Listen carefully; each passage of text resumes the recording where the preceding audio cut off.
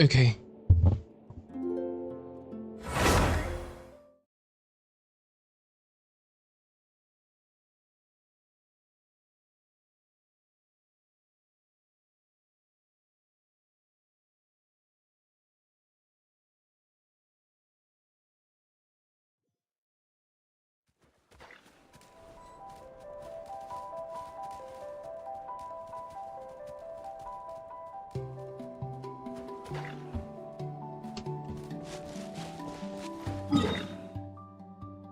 Koryalevsky.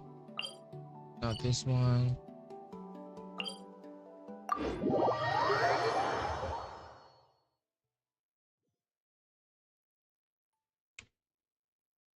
Hello. Uh, Wait, your name is Ari, right? Hello, welcome to the stream. Ooh. That's the last of the monsters around here, right? You okay, Odette? You fought extra hard today. I'm fine. It's just... What's just? You don't have to talk about it if you don't want to. No, I'm just trying to find the right words. This is where I used to practice dancing when I was little. Out in the wild? Well, most of the time, it was in a studio full of mirrors. But every so often, I would practice outside. I love dancing in nature. It reminds me of the true essence of the art form, celebrating the beauty in this world. Oh! Is that why you took on this mission? Because you wanted to keep the spot peaceful? That's part of the reason. And the other part? It's because of the black snow swan. The ballet? Yes. I practiced it a lot when I was little, but I didn't get to perform it on stage in the end. That was a big disappointment for a long time. It's about a snow swan whose feathers are a different color than everyone else, right? Like the ugly duckling? That's right. I felt so sorry for the black snow swan back then. It suffered such an unfair fate just because of how it was born. It deserved to live a normal life alongside its companions, but it couldn't. Actually, when I was little, the black snow swan was my least favorite role in the ballet. I didn't want to be anything like her, but fate always has a way of playing tricks on us. The more I wanted to be a dazzling white snow swan on stage, the closer my real life came to the black swan. Okay.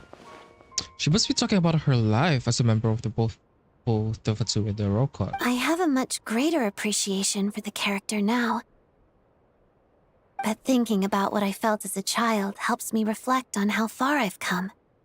I hoped it might help me better interpret the character in the ballet itself. So that's why you thought of coming here. So did it help? Do you know how the Black Snow Swan story ends? She found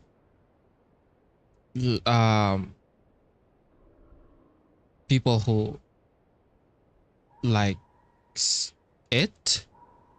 It found people who likes it at the end, or I don't know. I think that's what. She stops trying to fit in with the flock and lives on proudly in solitude. What the fuck? That's not how it goes.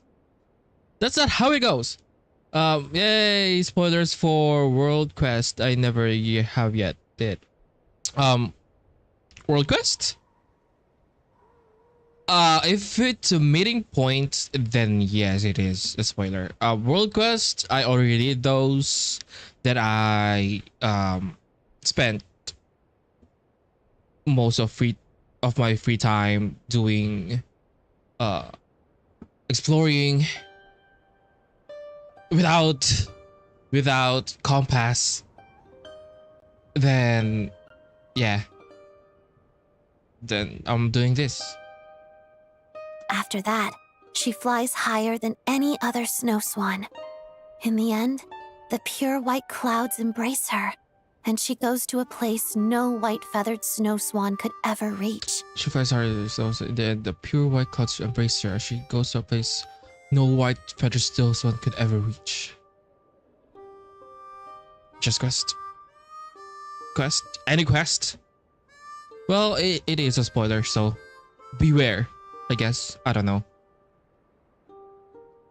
She died, I think. The snow swan. The black swan. That's a beautiful ending. Plus, they were just using Fontaine's swan assets. Yes, solitary, yet beautiful. Well, after hearing all that, Paimon thinks you can pull it off for sure. We'll be cheering for you. Thank you. But before that, I should focus on the work I'm doing for the Fatui.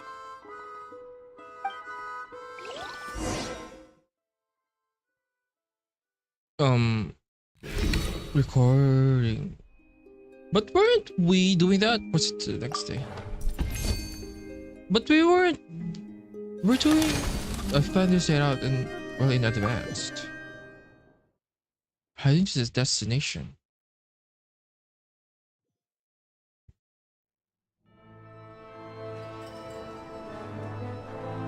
Nothing on the schedule for today, but Selena is Paimon there. wonders if Odette's actually getting any rest. She seems like the type to push herself way too hard. But we had one. Why don't we stop in on her usual stomping grounds? See if we can check in on her.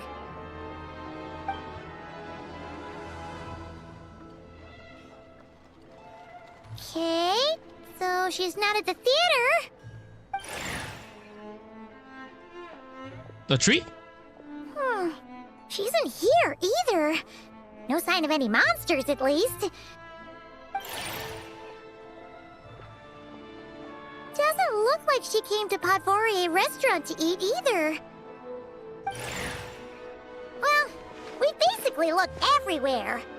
If we didn't miss her somehow, she's probably resting at home. Guess we can finally relax. Paimon, over there. Ah! It's Odette!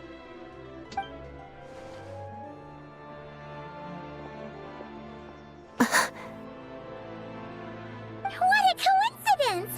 We didn't expect to see you here. That ain't a coincidence, ma'am.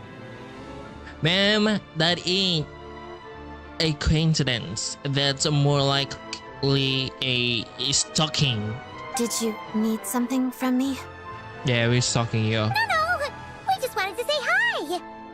Oh, why do you look so nervous? That's a lot of boxes. Were you just out shopping? Oh, Dad? These are mystery boxes. Each one has a music box inside. I'm trying to get the secret edition. You have a gambling addiction? Damn. Every day, Odette has become relatable. Each day.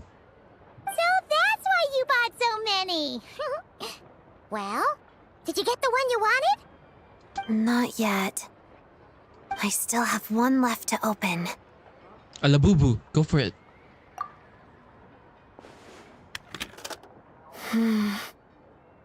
No. A duplicate. I've gotten this one 5 times now. Yeah. Apparently she's more like a human. You know, her writing relatable. She has become more relatable with this gambling. She's just like us, apparently. Unlucky. I'll go buy 10 more. Bro. Okay. I understand. I can't say something different. I can't scold you or give you advice when I'm here playing this game. Hold on. Let's be reasonable about this, okay? Starting with 10 is perfectly reasonable. Yeah, 10 pools. Paimon's not trying to stop you. It's just...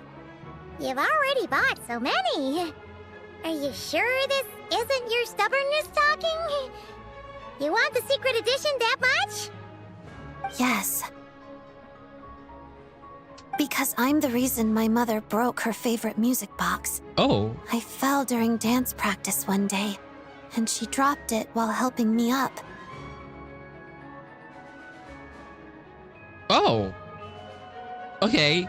Now that's different.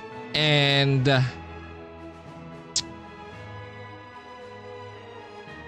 that's what you call Genshification of characters. Yes. Now that she's not that relatable. Okay. It was an antique, so it's hard to find others like it, and repairing it isn't easy. But the newly released secret edition from these mystery boxes looks just like it. Like, buy a new one, I guess. Oh. Let's go buy some then. Maybe my luck will be better. Thank you. Of course, we have we need 5-star. We need 5-star.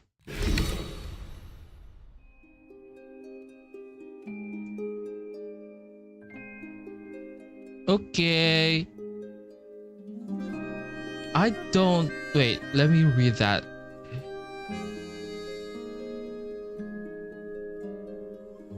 Okay, see ya. Proceed next day. Assessment day. Hope I'll pass the test. Heading to the examination venue. Today's the day of the Fatui mission evaluation, right? We do things. We did things. Odette's been doing a pretty good job, so there shouldn't be any problems. Yeah. Hello, Odette. Oh, you're here too. Lady Marionette. Zendrone, what are you doing here?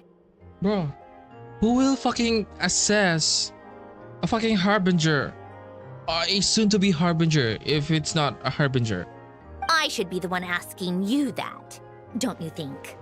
I'm the harbinger responsible for evaluating the status of this mission. I didn't expect that to be your personal responsibility, Lady Marionette. Yeah, I was expecting a like, I don't know, Capitano or something. But apparently he's dead. It's nothing. I just happen to have some time. Now, you two, butt out. This evaluation is internal Fatui business. Okay, ma'am. See, she's not even a fucking... I don't think she's a tsundere, honestly. At least not to us. I think she has like a very neutral but also friendly attitude towards the traveler, and not some kind of like tsundere fan servicey personality. Okay.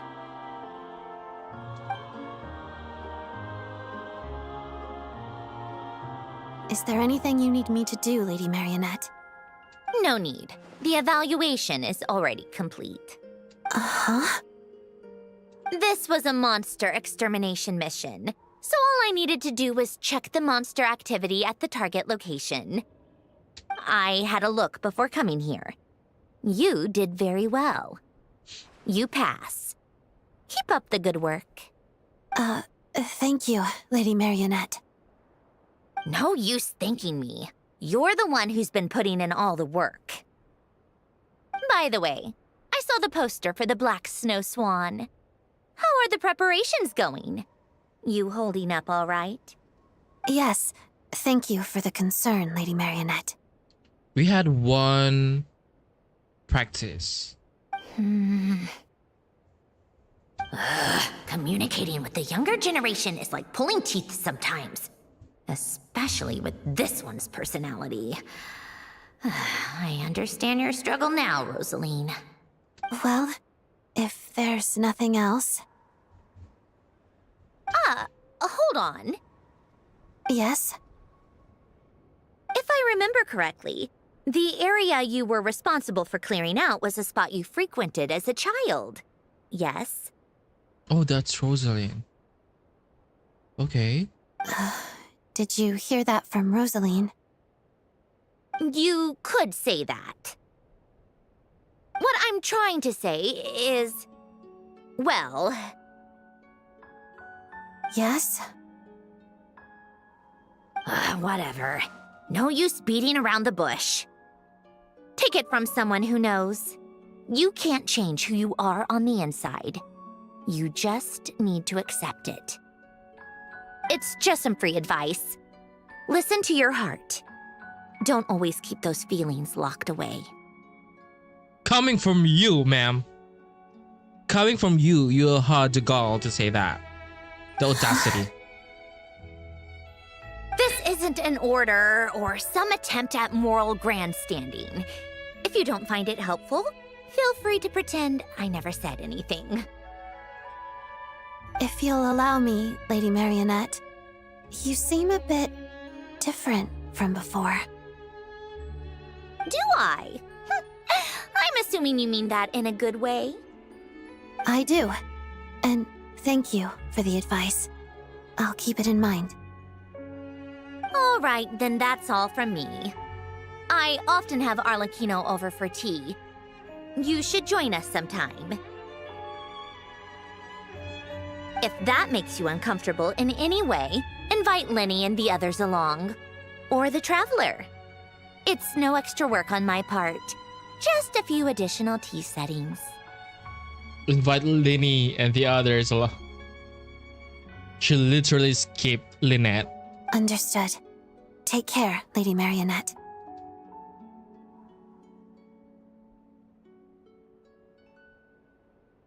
You're done talking? How did it go? I passed. Our conversation was even more rewarding than expected. Recording this is scheduled. It's the next day, I guess.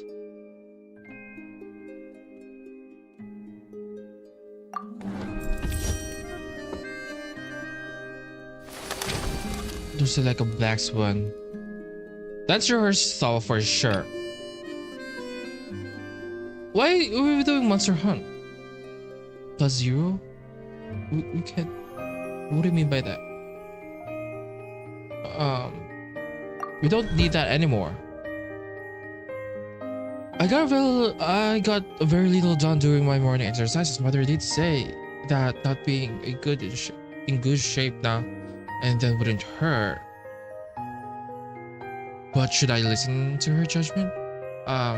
Yes, I'll get some rest today. No, I'll record it once again. Okay. Perhaps mother's experience have married. I shouldn't put myself under so much pressure.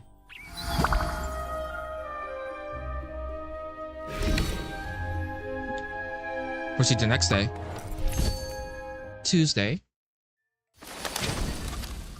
I think we're just gonna external recognition. But since we need a what do you call this? Let's do fan meeting because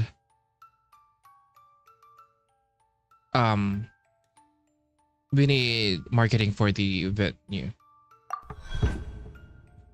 Mr. Dad, the fans would prefer this style of photography. I insist on my own line of thinking. Take the okay. Take the photographer's advice.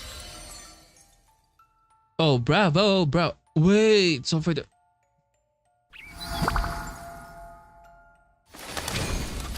this is their open house. I must be the very picture of the class.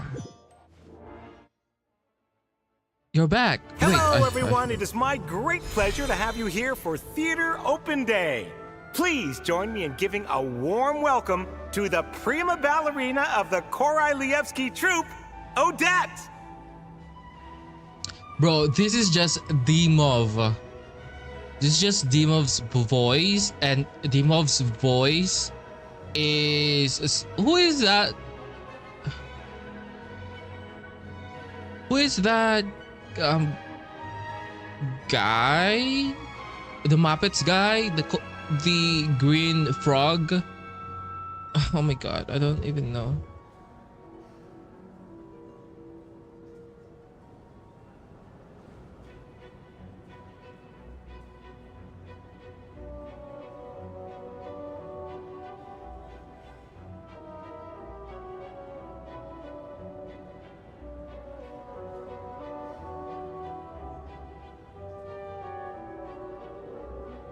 Kermit.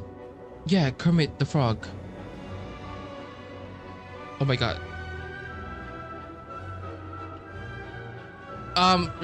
This Shuvalov guy, and if you haven't, did you do the Archon Quest?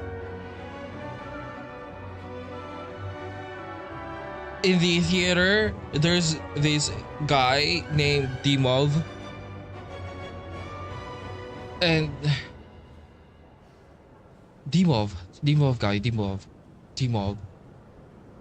He sounds like Kermit the Frog. And this Shuvalov guy sounds like the same person. Dimov, Kermit the Frog, and Shuvalov.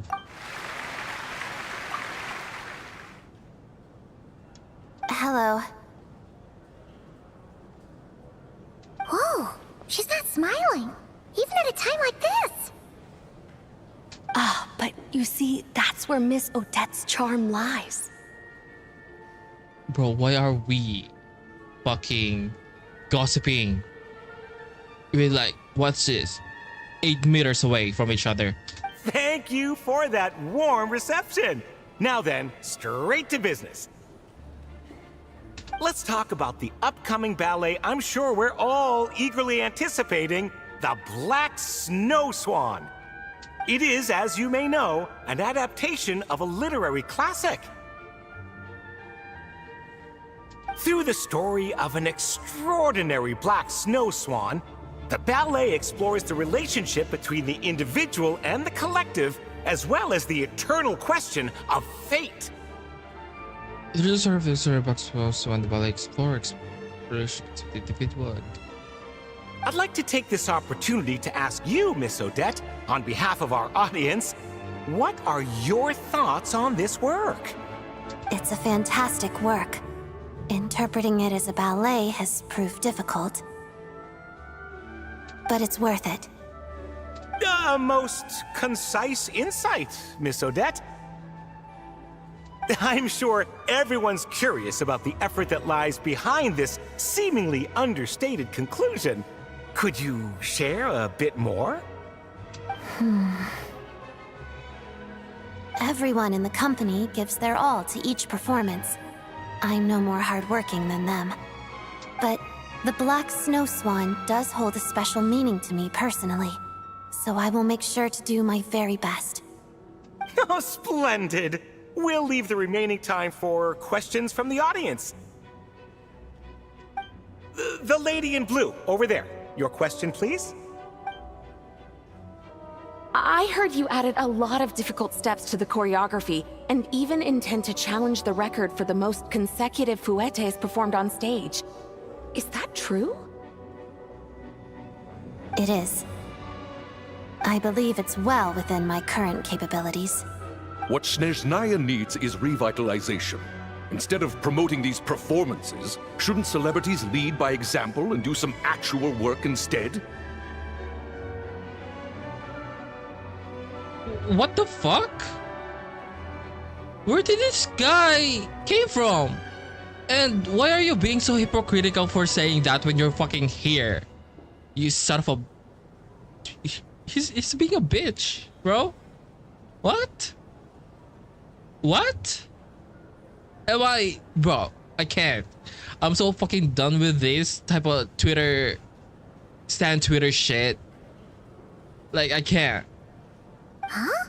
What kind of question is that? Is he trying to pick a fight? Like, why are you here doing all this type of shit and being hypocritical about it? As a prima ballerina, I respect our artistic traditions, and I use ballet to express my love and care for our land. I also hope those who watch my performances can find the strength to defy fate through art. That includes you, sir.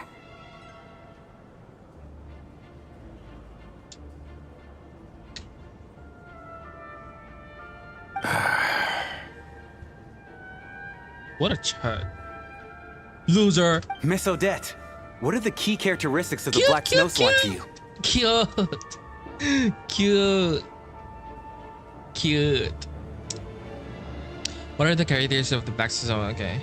Solitude, nobility. Even at the cost of her own life, she refuses to bow down to fate. Oh, this one actually died in the story. Oh my god. It killed itself. Thank you, Miss Odette. Are there any other questions from the audience?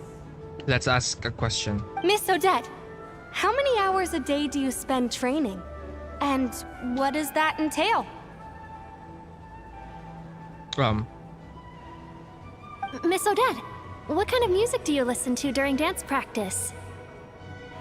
Really, isn't this just who's that NPC in that one world quest? That one world quest is actually really good.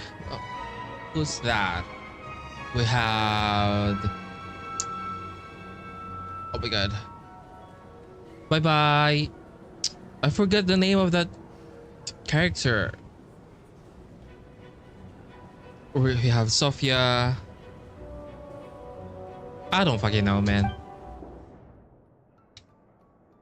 Continue something. I forgot. Just read that. Something wrong, Odette?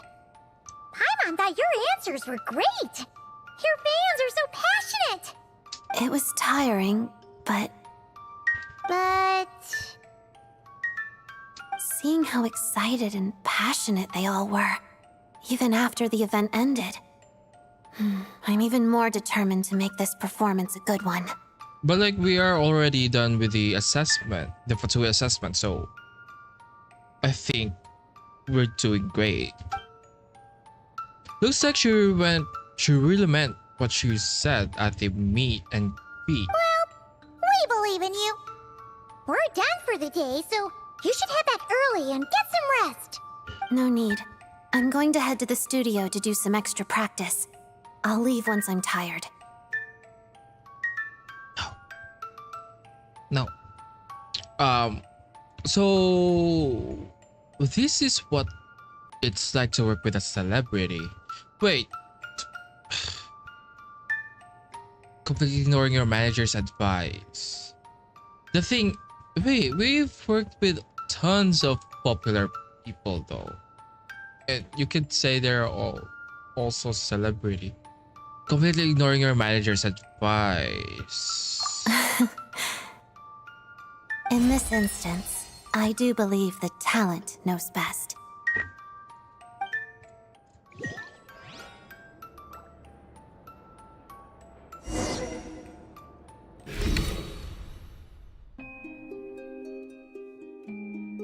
Proceed to the next thing.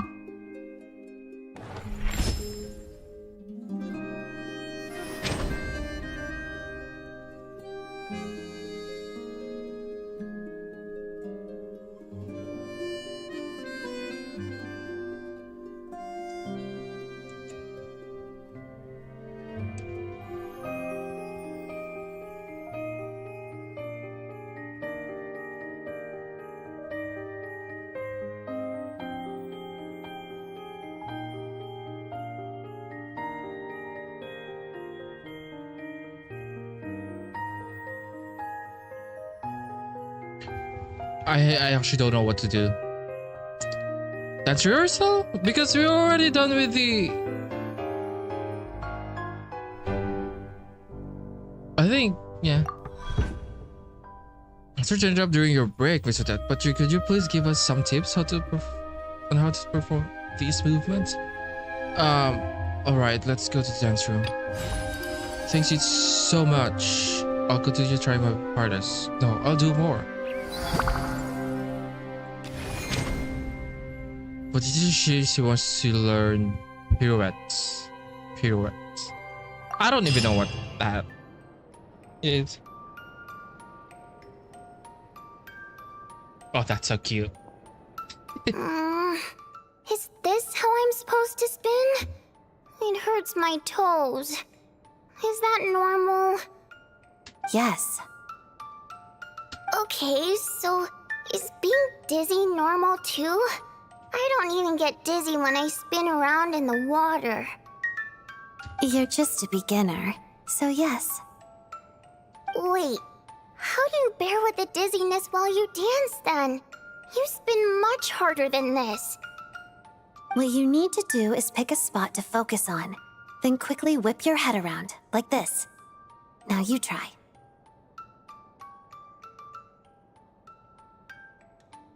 Okay. Like this?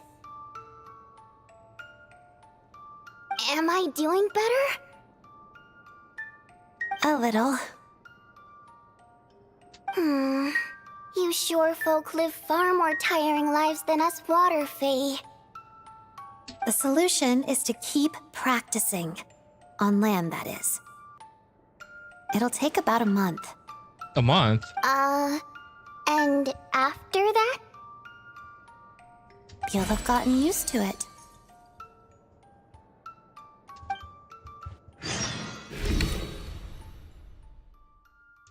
The next day.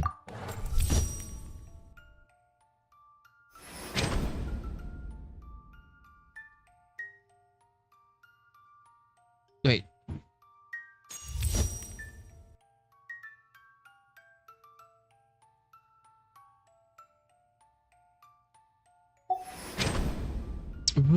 We don't have much time.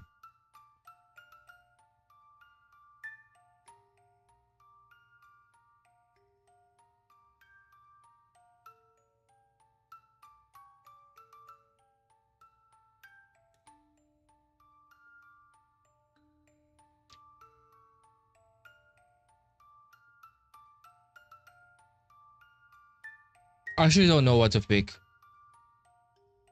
Fan meeting? Again?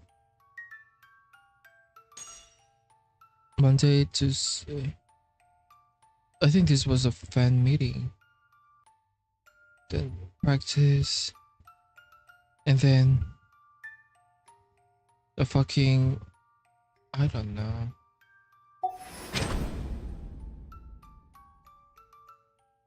I mean, we can rest.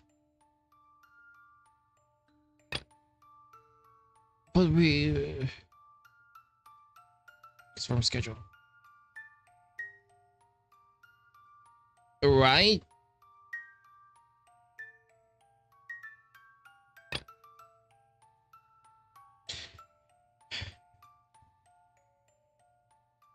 Okay. You look kind of out of it. How about I go shopping with you? After the next fan meeting, I'll get you some accessories. Okay. No need. I'll take a break on my own. Okay.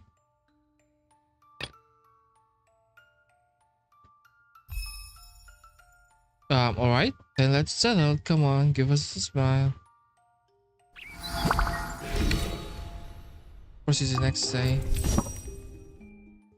Friday. 0. Oh. Oh. Okay. That's great. Fun meeting. Wanna take a break? Paimon can read your story. She reads in the paper. Today's a signing event, so I should get on site as soon as possible. Heading to the fan meeting venue.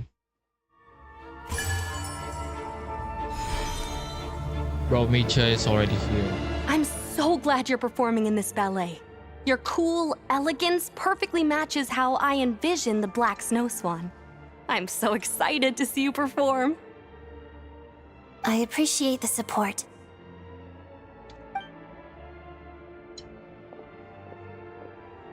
Hello, Odette. She hates his ass. Mitya, you didn't have to wait in line. You could have just let my manager know. Oh, no. I could never. I'm here for the true fan experience. That includes standing in line. It's great to see how passionate everyone is. I managed to get some writing and sketching done in the meantime as well. Never miss an opportunity to multitask, right? Even my colleagues back at the Energy Commission have been talking about the Black Snow Swan. I certainly didn't expect that. Your reach is truly something.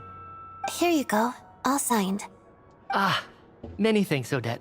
Good luck with the performance.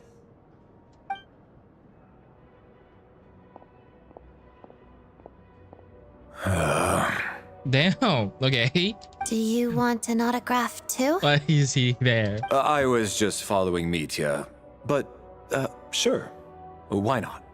Here. Ah, quite an elegant signature. Some of my subordinates will be attending your performance. Allow me to pass along their admiration for your talent, and wish you a successful show. I appreciate the support. Damn.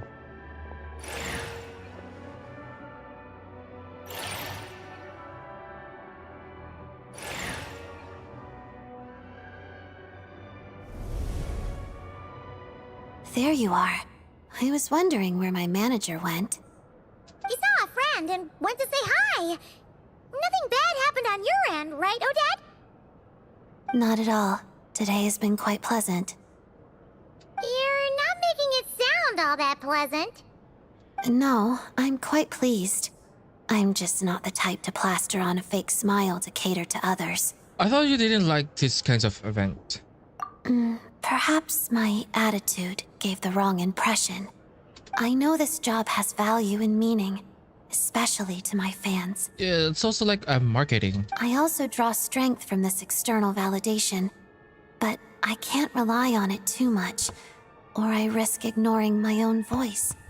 Then, I'd be no different than a figurine in a music box, living as the person the crowd expects me to be, rather than myself. Your principles are something else. I suppose.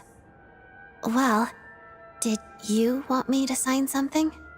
I forgot to grab a poster. I forgot to buy the commemorative album. Here. That's pretty. Whoa! What's this? It was taken a long time ago. I only kept this one copy for myself. It has sentimental value, I suppose. Wow! It's so pretty! But this picture must mean a lot to you. Are you sure you want to give it to us? Well, I suppose my managers deserve something special. Just don't go showing it off. Thank you. I'm gonna show it off. Don't mention it. I appreciate the support. Proceed to the next day. Rest day.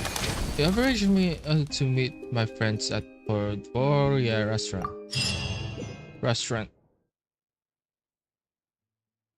Heading to the Podvoria restaurant. 1 Podvoria smoked sausage, 1 Glupov rye bread, 2 Snow Realm okroshkas, 4 Snezhnaya shashliks, and a Rime Current ice cream for each of us, please.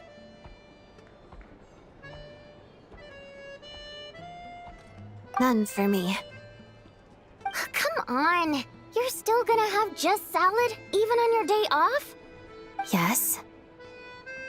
Alright, well, just 4 Rime Current ice creams then. Rime Current? Sorry. Are we late? No, we got here early. Vodyanitsa just ordered a bunch of food. Sounds like we're in for a treat. Damn. Should we start things off with a toast? To Odette, and a successful performance tomorrow. Break a leg! Come on, Odette, join in. You want me to toast myself? Fine. Why not? I'll do it for you. To a great Why show. the fuck not, man? Huh? Gotta at least set the mood. Mm, No need to thank me. Anything for my favorite colleague. So, how is it playing manager these past 2 weeks, you two? Have you been turned off from the industry forever? I actually found it quite enjoyable. It was a bit more tiring than I expected. I find it enjoyable. Oh, well, no surprise there. Who could be unhappy spending time with our dear Odette? Why So, do you sound what made it so great? Let's hear it. fucking jealous? Why you sound so jealous? Enjoy your meal, just share some brief snippets of something. That's why. That sounds great! You should be my manager next, Traveler. We can't let all this experience go to waste. your schedule is really that packed? Oh, I can make it packed. Just you watch. No, ma'am. Recording this schedule. See the next day. Assessment day. I've been preparing for this a long time. I hope it goes well. The Black Snow Swan performance is today. How are you feeling, Odette? I feel pretty good. I didn't get injured during training, and I don't feel too tired. Based on the recent rehearsals, I should be able to complete the difficult steps as planned. Maybe even better than expected. It's just... I've been so focused on the dance side of things lately that I've somewhat neglected my work with the Fatui. Wait, but we did. What? We did do the Fatui, right? I mean, you should have planned things better. It's not your fault. I was the one who ignored my limits and took on too many missions. I know it's no use thinking like that now. But apparently, Lady Arlecchino and Lady Marionette are coming to watch the show today. I don't get it. So, I'm a little nervous. Aw, Paimon understands how you feel. They may be your superiors, but they must be coming because they're genuinely looking forward to the show, right? I don't get it because I was under the impression that the Fatui stuff was just before the assessment, the Fatui assessment. So I was doing a lot of Fatui stuff last week. Then I was doing the ballet like right now. I don't know. Forget about work stuff for now. Just put your whole heart into the performance. You're right. You can head in early if you want. I'll give you the tickets, and you can use the staff entrance and go chat with the others. Oh? Who's coming? Besides Lady Arlecchino and Lady Marionette, Vodyanitsa, Alosha, Mitya, and Valeri are also going to be there. Wow, there's a lot of people. There's like just a handful, man. I'm not going to see everyone just yet. I want to quiet my mind in these final moments before the performance and reflect on the story of the Black Snow Swan. I'm confident enough in my flexibility and control, and I can use my technique to show what makes the Black Snow Swan unique. But when it comes to the root cause of her inner transformation, I still feel like there's something I haven't quite figured out. Why not give the original work another read? I read it a long time ago, but at the end of the day, the author's words are just a starting point. I need to interpret the character in my own way. Still, thanks to you, I've been able to talk to others and get a better understanding of the audience's vision of the character. That's helped a lot. So, if nothing else, I hope my interpretation will at least meet everyone's expectations. All the best out there. Thanks. I'll see you later then. I'm looking forward to hearing your applause.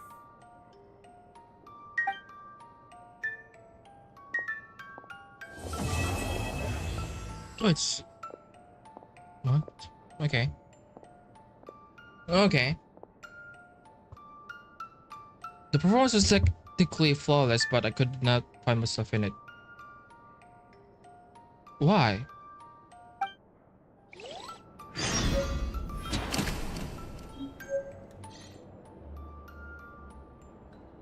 Facts, okay.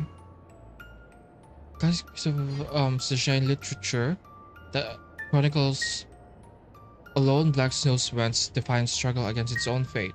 Rereading this masterpiece grants Odette a profound sense of inspiration in her schedule arrangement, empowering her to soar into the skies she has never reached before. The performance was technically flawless, but I could not find myself in it. I'm a bad manager.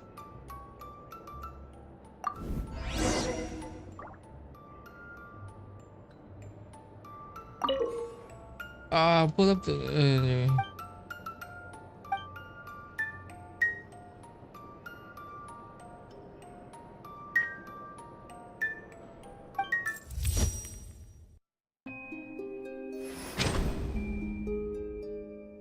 Oh, so there's another one. Confirm.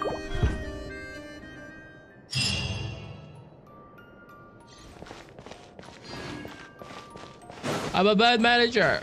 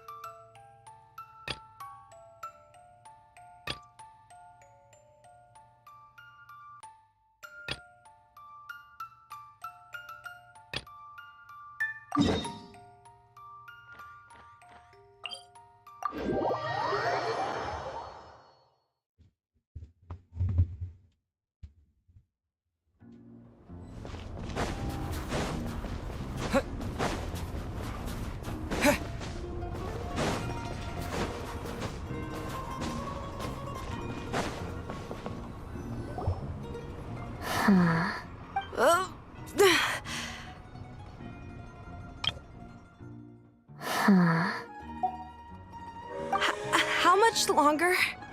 Bruh. 3. You were at 4 a second ago. Why are we back down to 3? 4. What?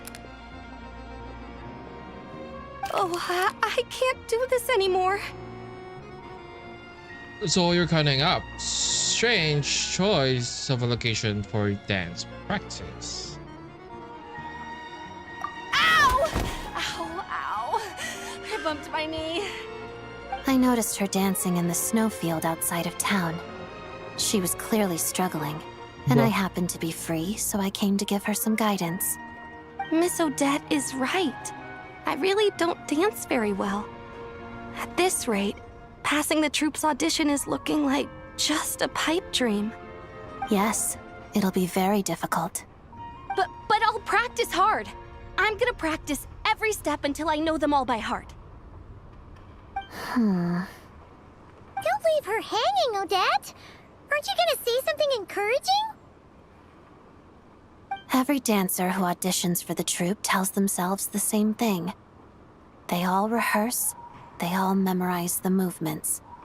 But not everyone makes it to the stage. Not because they didn't work hard, but because someone else is the better dancer. Damn. And if someone has never danced on stage, nobody wants to hear about all her hard work behind the scenes. That's the cruel reality.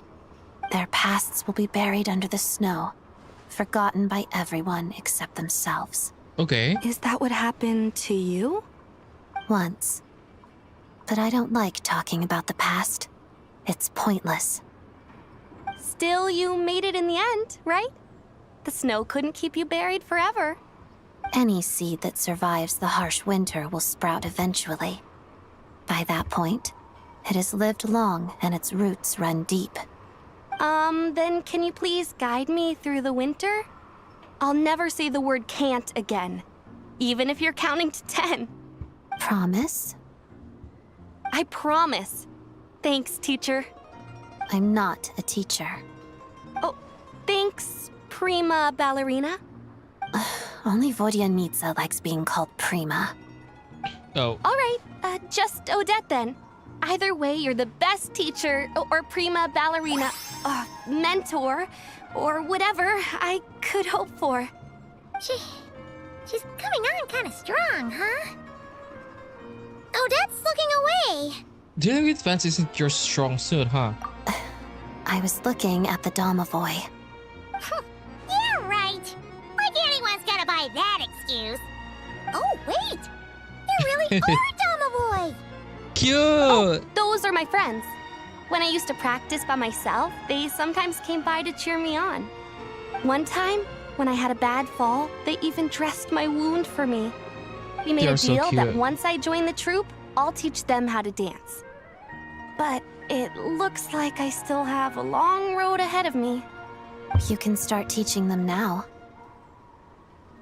What? But I haven't even mastered the moves myself yet. You can stick with the basics. Teaching others is a good way to consolidate your own learning. Just teach them the most foundational dance steps. The key is repetition. Keep doing the steps over and over again until your body knows them without you having to think about it.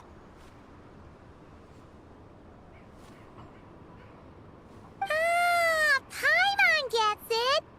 That's what you meant by root surrender. That is correct. Roots run deep. Okay. Cool. Got it. Thanks, Odette.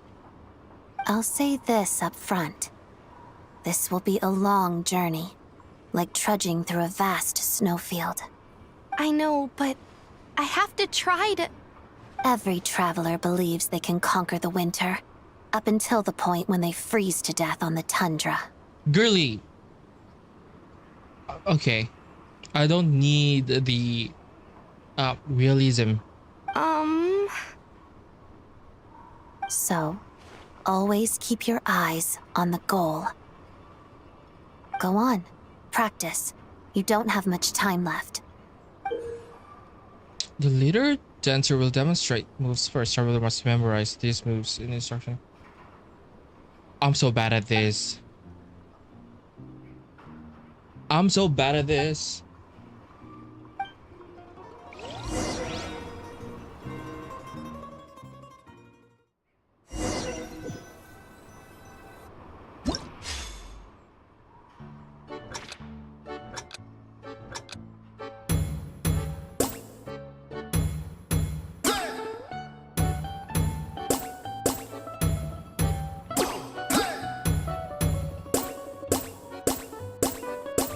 What the fuck?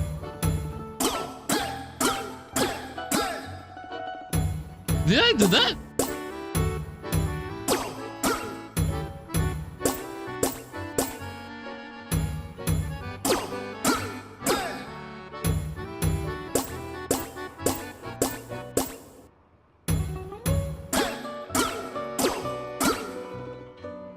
Wait, I failed that one.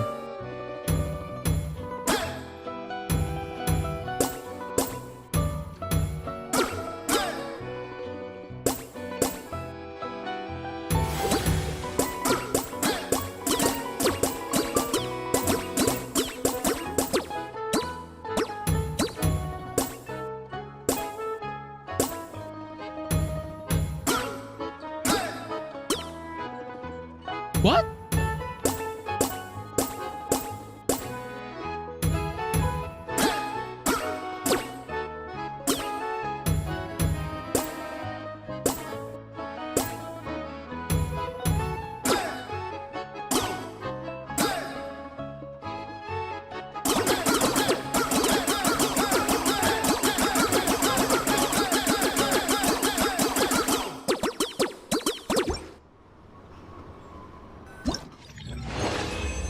I'm not gonna try it again.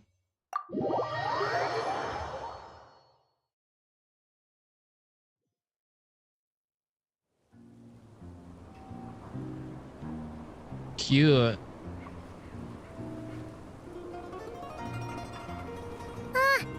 Ritova's supposed to be teaching them, but she's been dancing the entire time, too.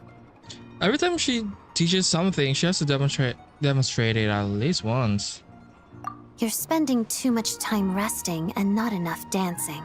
Ma'am, you're not a good teacher. I'm just gonna say. You're so strict, Odette. It's kinda intimidating. You're slowly... I'm not gonna say that. Really? I thought I was being a little too soft. Yeah, you're not. Ritova has potential. But for a dancer, talent without opportunity can prove an insurmountable curse. With your guidance, I believe Ritova can do it. I hope so too. But I suspect that if she ever does make it to the stage, she might come to miss the days she spent dancing with the Fae in the snowfields.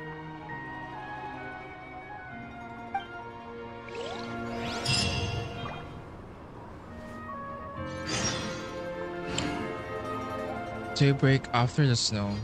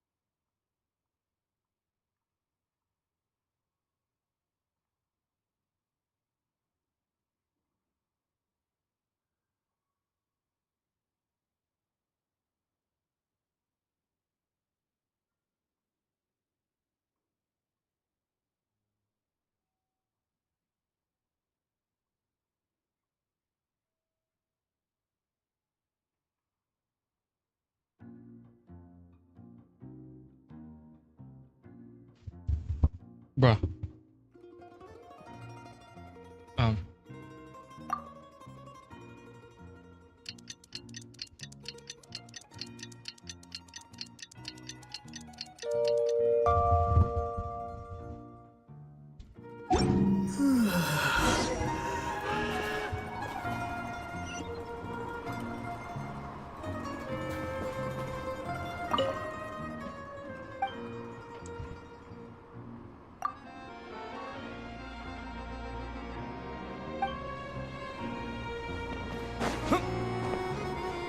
Cute.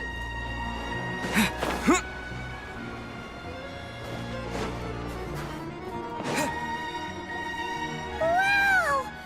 This town is completely transformed! All that hustling sure has led to a lot of bustling! So many new shops! And so many people, too! Wonder if Bodianitsa and the others are in town. Oh, how would we find them, though? This place isn't exactly small. Woof, woof, woof.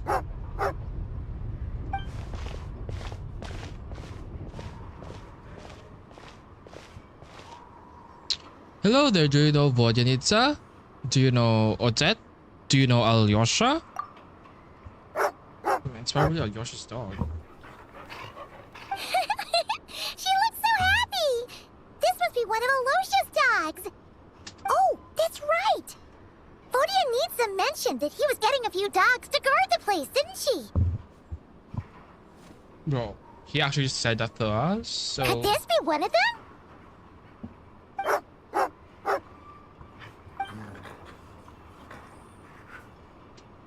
Is she asking us to follow her?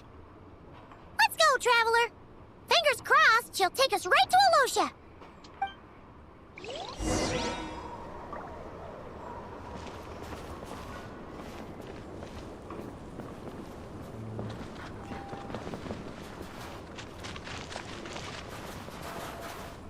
This must be the Finch Ball arena the Vodianitz has been working on.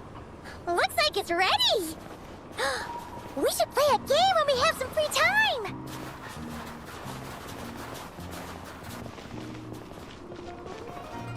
Looks like Ritava's already started teaching the Domovoy to dance. Let's check it out on Odette's behalf later.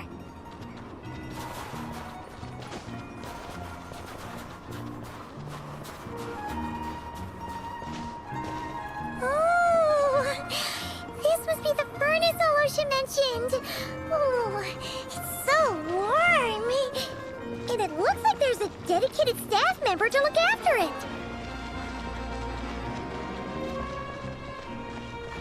It's great to see that we got 2 Kreshnik's torch. We found 2 Kreshnik's torch. Huh. A train carriage?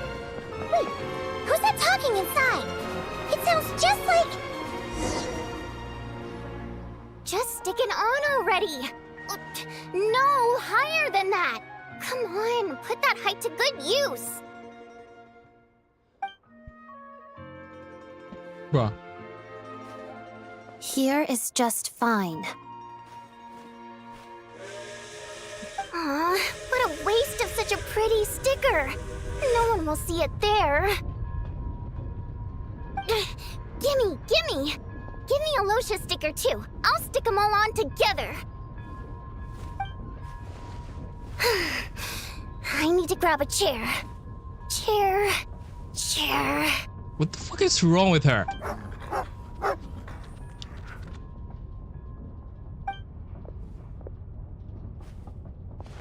Lumina. Oh, good girl. You managed to wait for the traveler. Bruh.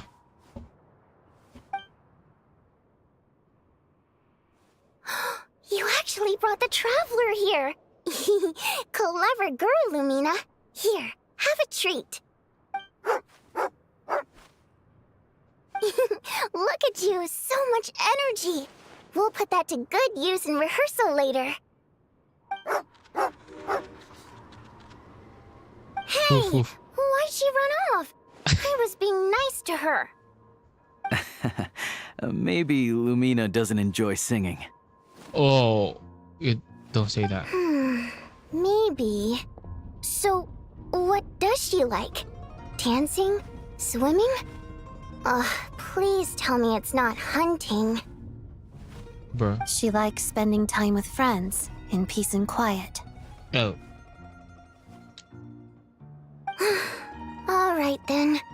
I guess I just don't know how to make friends with dogs. Bro, and it's fucking fine, bro. That's not the problem. You just don't know how to be quiet. What the fuck is that mean?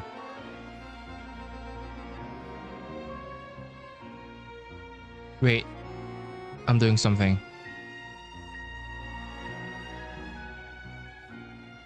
Things are getting pretty lively around here. The suns and the stations are looking fantastic, and it's lovely and warm. Yeah. Once the furnace starts up, it provides a stable source of heat and energy. The people around here shouldn't have to worry about the cold for the foreseeable future. Also, I spoke to some merchants I know. They've agreed to open an extra trade route here. So, the people in this town basically won't have to worry about running out of daily necessities anymore. They won't have to worry about safety either. The bandits and other dangerous elements have been run out of town. By who? I took care of them. Mostly to make sure the trains will have safe passage. Thank you. Nice! Sounds like everything's sorted. So, what are you up to now? Holding a ceremony to celebrate the completion of this restaurant. She means cleaning up. Then we'll figure out some way of turning this place into a restaurant. I'm guessing that's what Vodyanitsa meant. I mean, come on! How can you not have a restaurant by the train station? Train station food is a major culinary institution. Right. Train station food. My memory of that culinary institution is having to keep an eye on the train so you don't miss your ride while filling your stomach. I don't usually eat on trains. Never too late to start. Come on, live a little. Right. Anyway, the main thing is, I finally got my hands on a copy of 100 train station delicacies, and I cannot let it go to waste. No one ever eats my cooking, so now that I finally have a chance, there's no way I'm passing it up. You guys have time? Do you cook a lot, Vodyanitsa? What kind of things do you cook? Oh. Traveler, Paimon, I think maybe... It's a secret. Once I'm done researching, I'll invite you over to eat. And you have to finish everything on your plate, okay? That sounds like a threat, man. But first things first, let's lay out the tablecloth. Traveler, Paimon, fancy giving us a hand? Nope, absolutely. Sure thing! Paimon will, fly up top and clean the roof!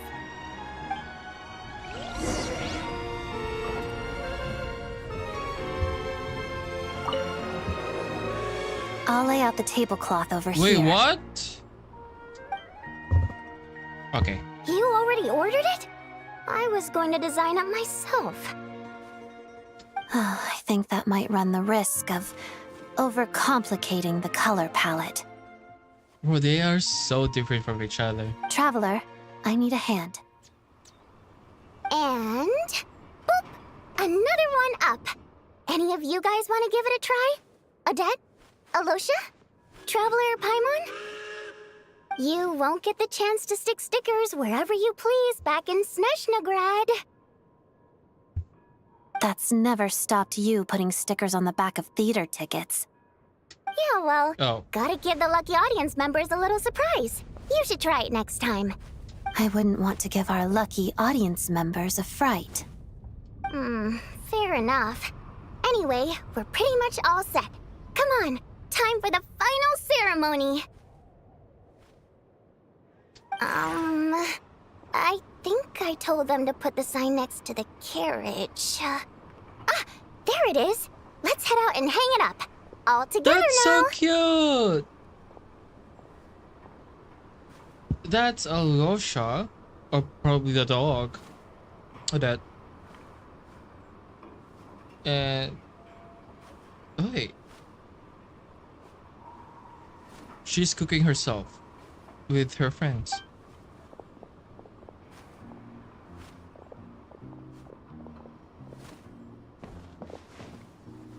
What's that supposed to be? This is me, this is Odette, and this is Alosha. It's my very own artwork. Took me several nights to finish. Ah, everyone looks so cute. Tigarin will definitely be happy to see this. No surprises here. Should I draw you wearing ballet shoes next time? Not if it's inside a cooking pot. But if we ever open a shoe shop together, sure. Almost like this, everyone works together to hang on signboard. That should do it. Fancy and beautiful. Just what I was going for. Come grab a drink, everyone. I just made some. Wow! What Paimon see? You grab a glass too, Traveler. It actually looks like the real deal. In a few days' time, once we've hired a few more staff members, Restaurant Zoria can officially open for business. For the sake of ceremony, let's give a free meal to the first customer. Unless it's someone I don't like. In which case, the free meal will go to the next person, and we'll keep passing it down the line like that. Is this a free meal? Ah, a restaurant. Perfect. Just perfect. There's no way Valeri will find me here. Sir? Boss, I'll take one pot braised meat, a bowl of borscht, and a glass of... Huh? Wait, you guys... what? For free? Let me test him first. Welcome, Mr. Mitya. Before your meal, could you please answer a question of mine? What song did I sing during my performance yesterday? Was it free? Okay. What a coincidence, Miss Vodyanitsa. I didn't expect to run into you here. Mr. Mitya, which song did I perform yesterday? Hey, you're joking, right? There was no performance yesterday. Your food will be here shortly. But we don't even know if it's free though. So, was there a performance yesterday?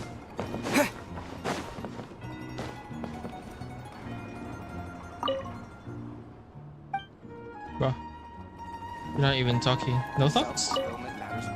Where did Lumina run off to this time?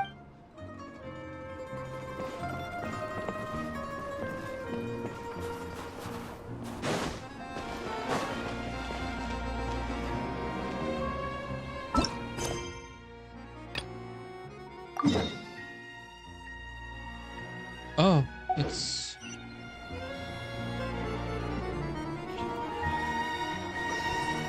not that one.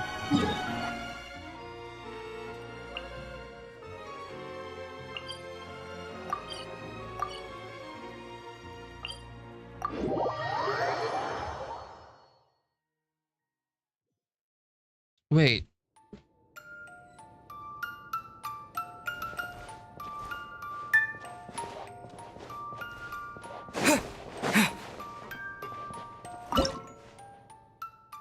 It's already done.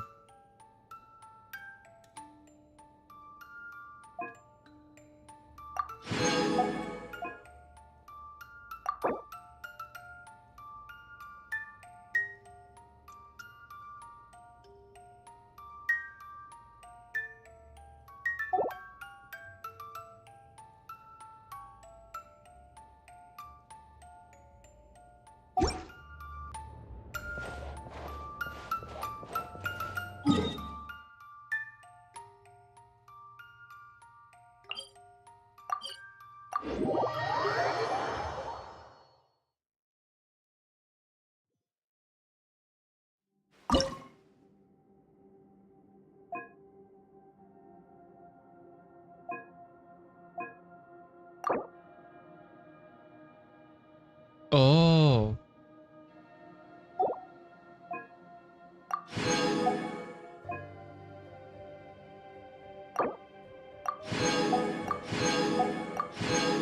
Damn.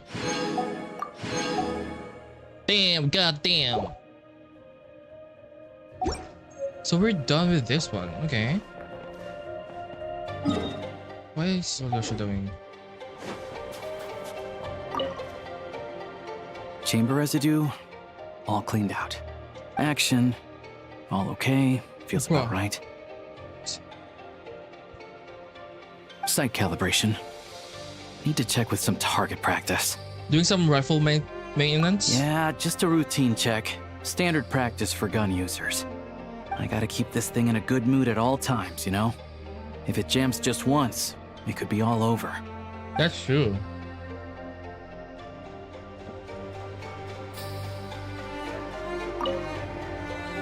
Chamber residue, action, sight calibration.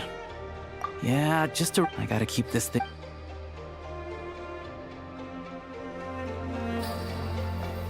Then let's go to Vodyanitsa.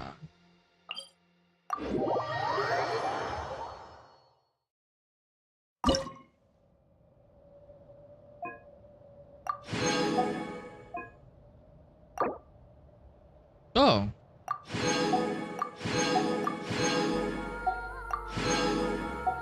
I kind of like the quests are intertwined. Wait, there's another one. Coming soon? Okay.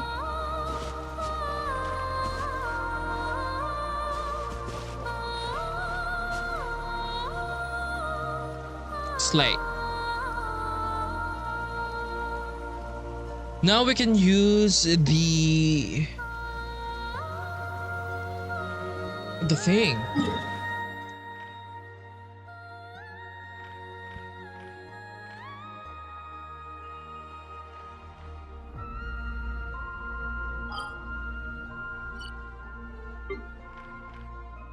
$92.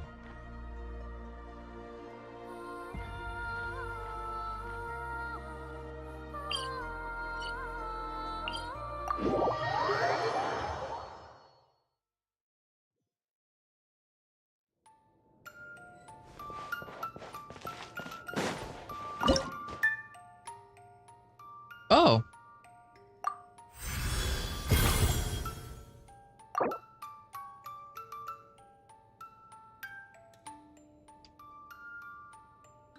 Minus 90. You check.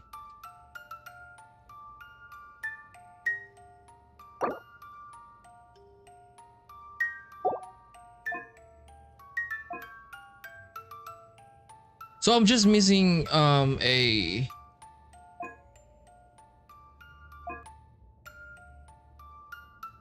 I'm only missing a things like sigils. Okay, let's do some world quest. No, let's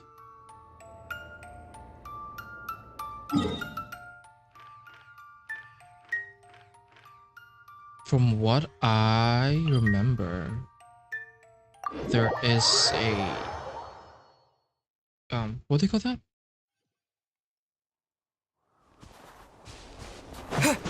The thing here. A thing. What the fuck is that? No! Stop! Stop!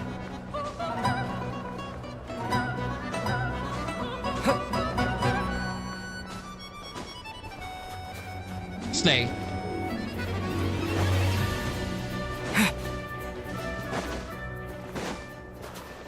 Shrine? Shrine? Any shrine?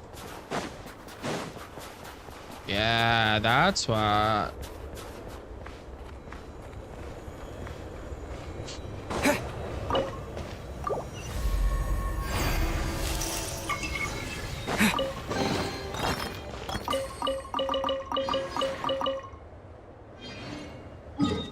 Is it 100? Oh! I completed it. Yay. Yay.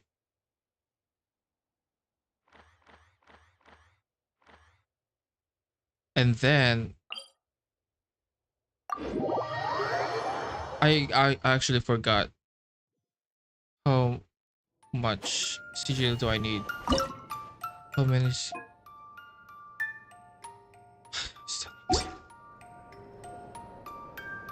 okay, ma'am. I guess. Wait. Wait.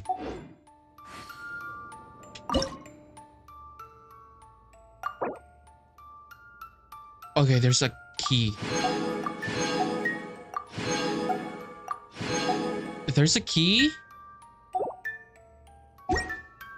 I think I kind of remember where's the last thing. I think was it here? I think it was here. The last shrine. I think it was here. Slay.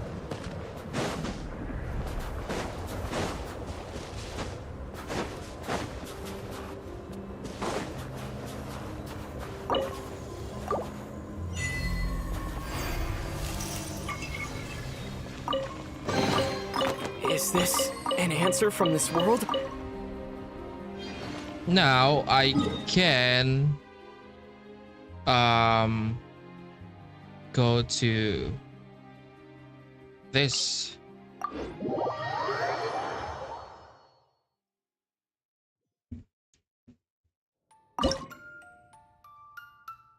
$96.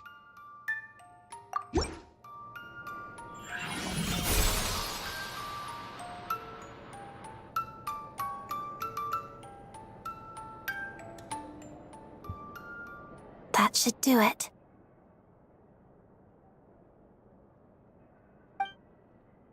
Let's see.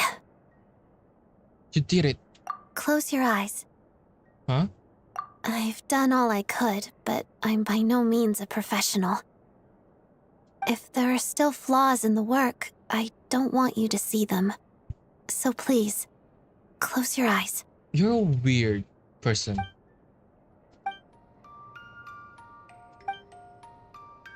Seems like a success to me. Can I open my eyes up? Odette? Wait for her to reply. Because...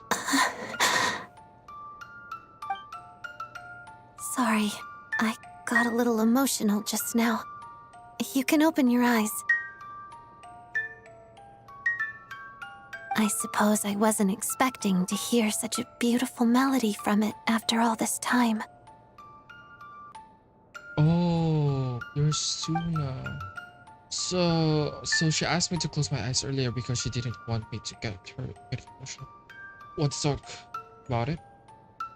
All right. If you can keep a secret. Sure. I mentioned earlier that this was a birthday present. In truth, it's also the last birthday present I received from my mother. It's complicated.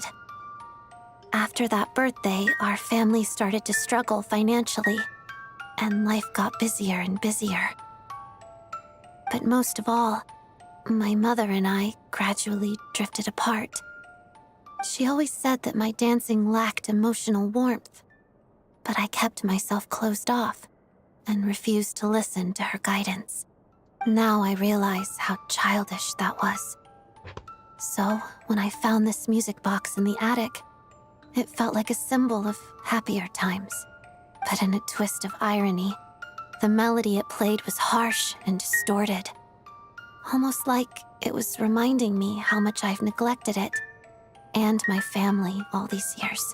And now, I can't help but wonder, if I can pluck a music box free from the grasp of time, might I be able to restore a relationship I wore away with my own hands? Istaroth? What's your answer? That's a hard question to answer, but it never hurts to try. That's true. I will. In fact, I plan on doing so tonight, but I should thank you first. While I originally had no intention of relying on help, the repairs only went so smoothly thanks to the materials you provided. Besides, you've decorated this place so very elegantly. It really suits my taste. Just a pity it won't scare off nosy theater goers anymore.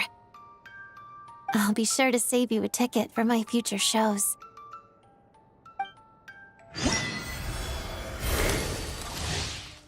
Level 3.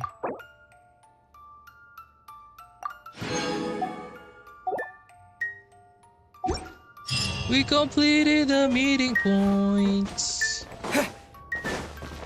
We are done.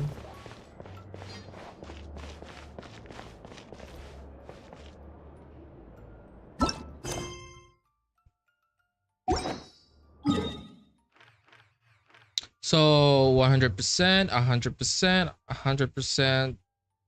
Only these 3, I guess. 2, I mean. 2 areas. But it's fine.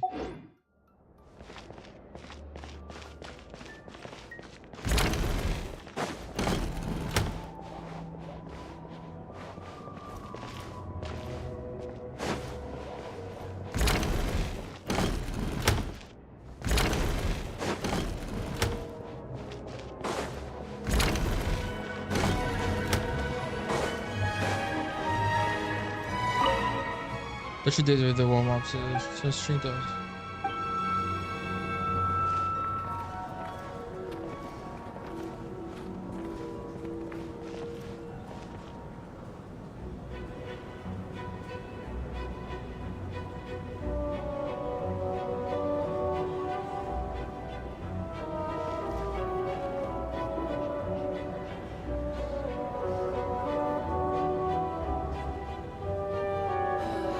I'm still hanging up in the sky, playing the moon.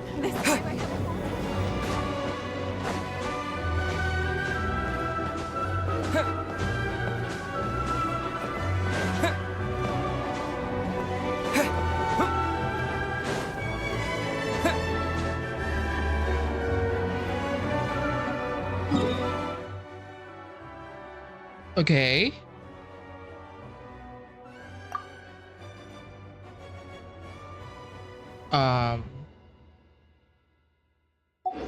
Let's do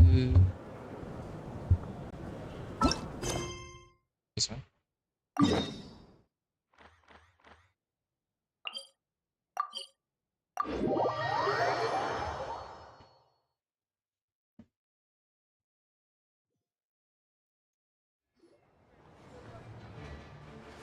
What the fuck is that? That person up ahead looks kind of similar. Hold on. Isn't she Lan? The master of the Liwe branch? So you really came all the way to the headquarters counter after all. Hey, they're here. What? What's all this about? I don't owe anyone money in Snezhnaya, do I? I haven't made any enemies here, have I? Oh, we're not trying to corner you. We've known each other long enough, haven't we? There's no grudge between us. Besides, if we really tried to take you down with what little strength we have, we'd be swept aside before you even got serious. Please forgive us. We merely wished to keep you from vanishing without warning again. If we let you leave now, there's no telling when we'd have another chance to see you. Please allow me, Talalikin, clerk of the Snezhnayan Adventurers Guild headquarters, to make the matter clear. Wasn't he mentioned in that one event, the very first event in Snezhnaya, with that kid?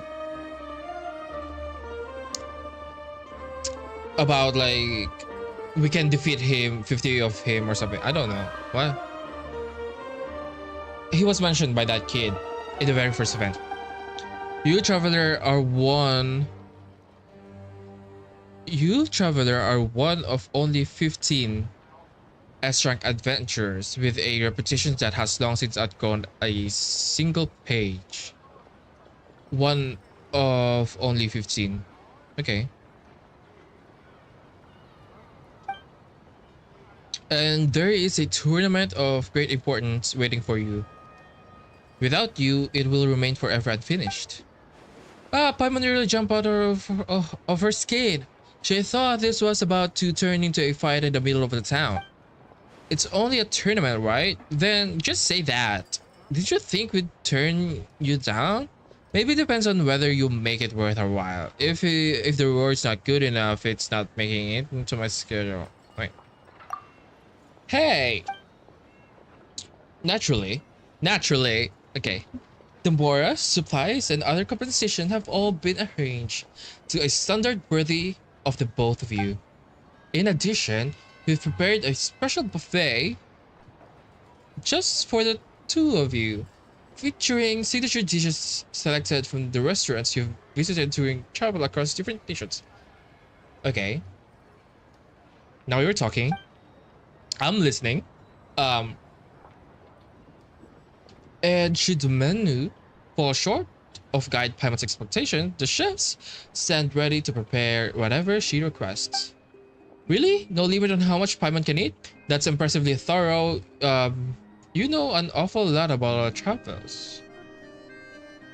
Huh, okay. I admit, it must look as though I have been keeping keeping a careful file on you. Your caution is perfectly reasonable. But please be at ease. In truth, your name carries much weight throughout the Adventurers Guild than you realize. Long story short, you two cleared commissions that would have kept hundreds of adventurers busy for hundreds of lifetimes. So yes, the whole trade has its eye on you now. I feel so perceived. The sharp ones have already started treating your way of doing things like a ready-made walkthrough. Some are even planning to write a book breaking down your every move. What the fuck is that? All those accounts make their way in from across the vat and end up at headquarters in Snezhnaya. Talalikin's the one stuck sorting through them, and by now he can probably recite the whole thing in his sleep.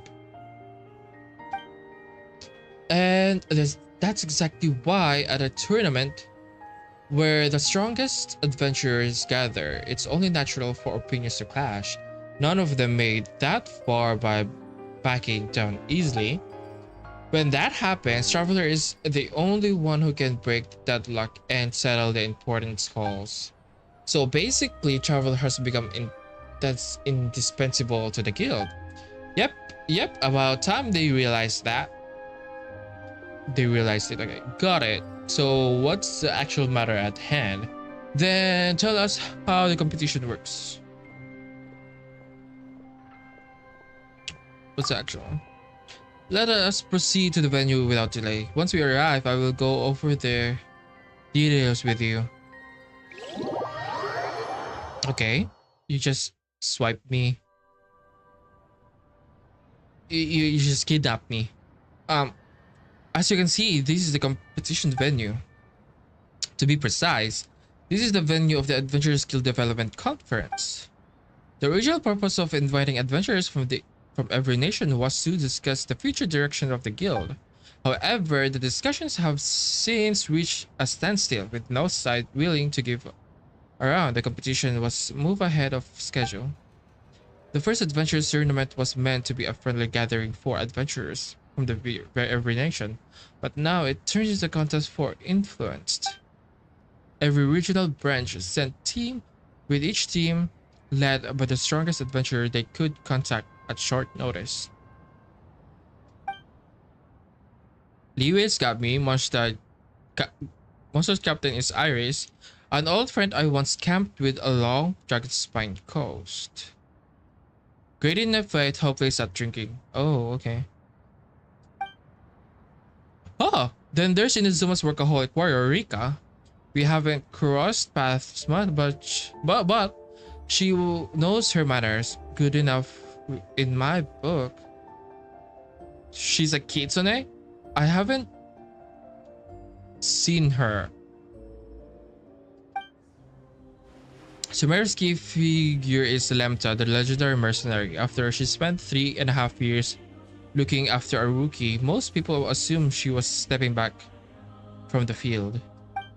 Fontaine's captain is a rising talent who works alongside with Nadia and Urville with exceptional planning skills and execution. Nadia. Natlan is represented by Liluo. Liluo, the frost star of H. Kimili, a famed tribal warrior whose recent achievement has risen at a remarkable pace. Slay. And representing Nordkai is Sarin, a promising young talent and a well-rounded competitor. He is highly skilled at managing relations among various factions and has completed numerous exceptionally difficult commissions. Having met him in one of the Nordkai events at the very beginning of Nordkai arc. A few familiar faces, huh? Paimon's getting dizzy just listening to all these names. While we're off doing our thing, the adventuring world was busy turning all kinds of big shots, huh?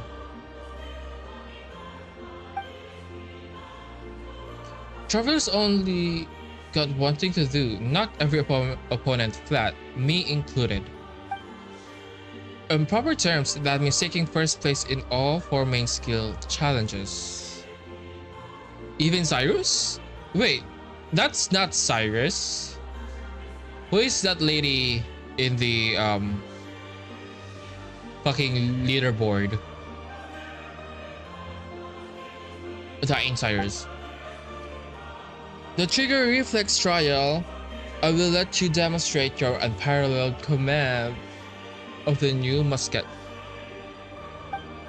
Maze of Frost and Foresight.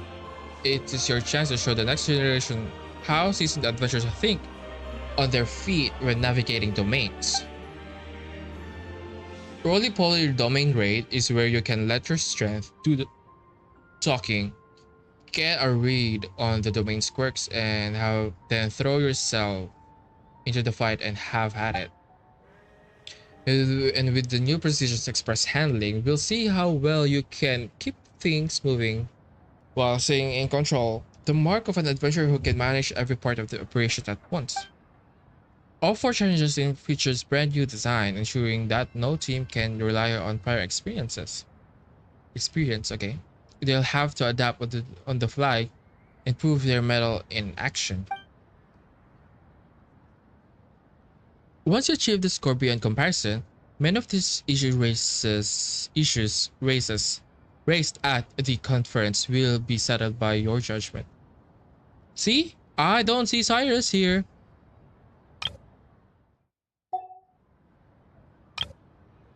Not Cyrus, not Cyrus, not Cyrus, not Cyrus, not Cyrus. Nah, Lan. Who is this?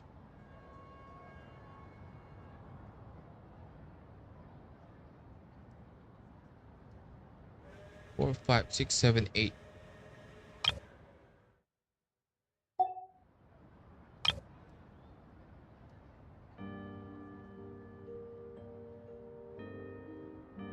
Liwe, Natlan, Nezuma, Fontaine. Liwe, Natlan, Nezuma, Fontaine. Nodgrai.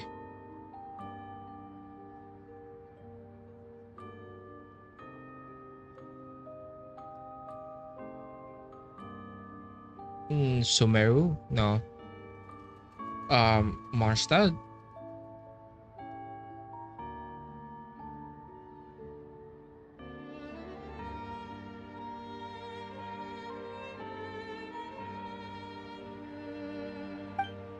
Come to think of it, don't you and Talalikin have any request of your own? Do I seem like the type to sit around debating whether adventurers need a clock-in policy? I already got the Lue branch more funding and better bonuses. As for the remaining issues, I'm fine with whatever they decide. Oh, this is Talalikin, I think. This one. For my part, as a representative from the headquarters, I simply hope we can arrive at a resolution that earns everyone confidence and bring this conference to a successful close. Paimon gets it now. Let's see. This might sound a little rude, but Paimon's power detector has finished scanning. Yep, they're definitely strong adventurers and they deserve every bit of recognition. No wonder they could put up such a good fight. But Traveler? Traveler's the only strength because nobody bothered to invent a higher one.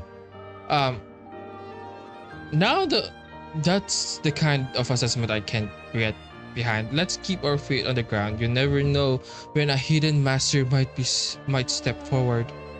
Like Skirk. Anyway, once you sign up, Paimon can already see where this is headed. Like, imagine Skirk Surtology. Besides, this is a contest no one's ever tried before. It sounds fun, the rewards are worth chasing, and we get to have adventurers skilled while we're at it. So let's set the tone from the very start.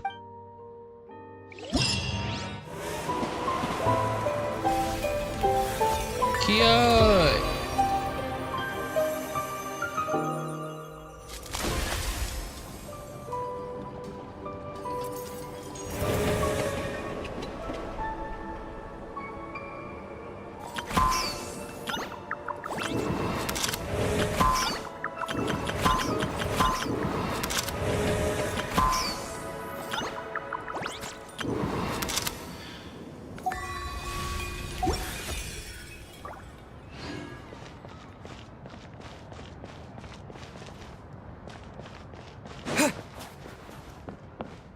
Daria.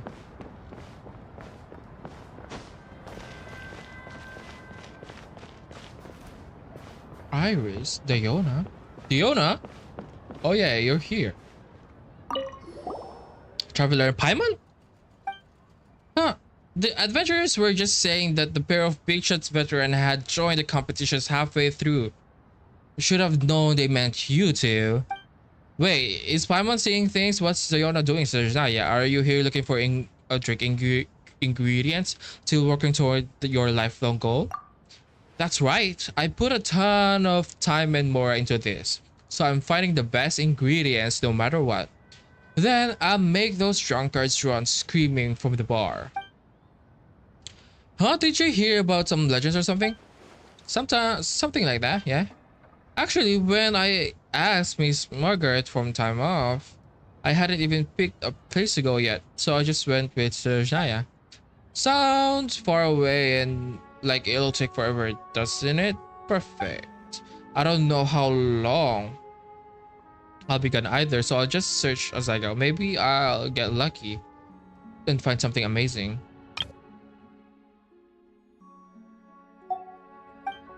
Huh. If those old drunks still want to drink, they'll have to go somewhere else. You've got a pretty good attitude about it. That sounds like the best kind of trip. I was in Fontaine for a while before this, you know, maybe I'll even go back later and look around some more. Yeah. With that, who was that? What the fuck is that? Barbeloth, the buff. Yeah, you went to Fontaine for the buff, which you were kind of cracked right now. What of the matter? We met during that divination thing in Fontaine, remember? I'd already picked out a few ingredients by then. Damn. But just as I was about to leave Fontaine, I ran into Iris. She's the most well-mannered customer at the tavern. She never drinks in front of me. Her team was headed to Snezhnaya for the competitions, and when she heard I was looking for an awful tasting ingredients, she said I could come with them. So that random place you named actually ended up being where you went. Pretty great, right? Iris and her team even hired me to mix drinks at the competition, so they're covering the rest of my trip.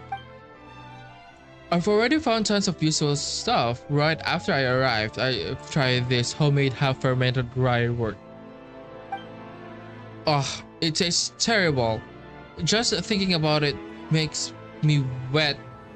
Makes that wet, woody smell come right back. Makes that wet, woody smell. Next, I'm gonna study this ingredient properly and figure out how to use it to make those drunkards suffer. The adventurers here at the competition are perfect test subjects. For some reason, Paimon has a bad feeling about this. I have a bad feeling this won't go to the way Diona thinks it will. Also, I will recommend you something pretty sinister. Why don't you add some of those algae in that one area in Flame Feather Valley? I think it would taste really bad. I can get some of those. I can get you some of those algae.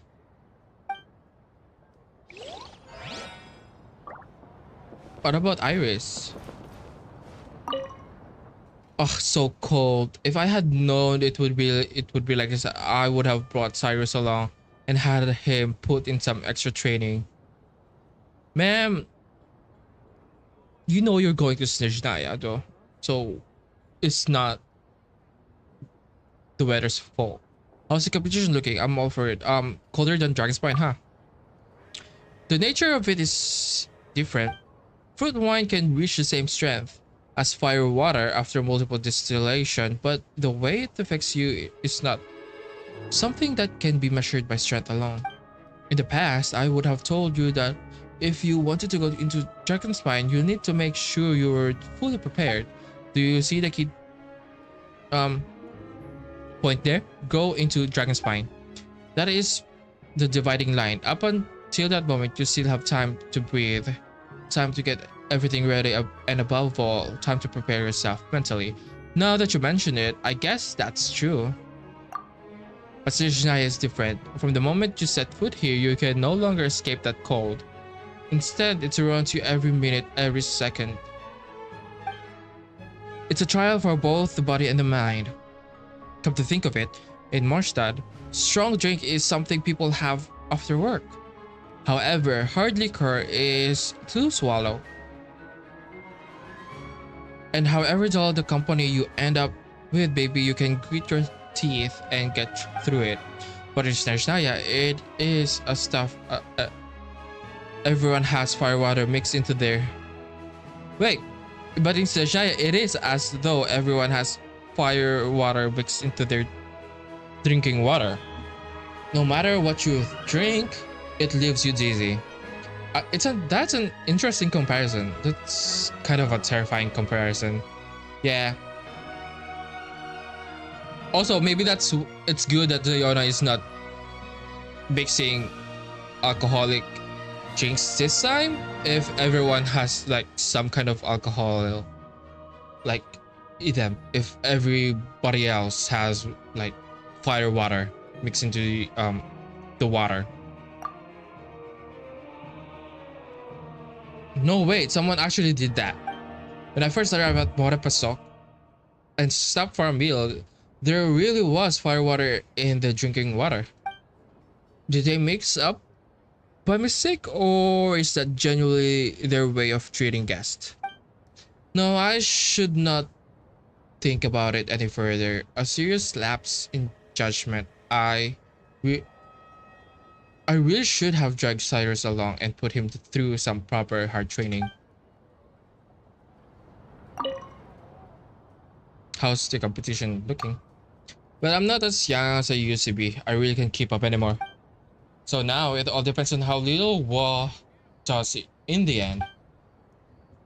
Of course, she's not quite on your level, but based on all the intel Alfred has put together, she should have a real shot at second place. Lil Wa? Wait, who? Lil Wa? Oh, I mean Lan.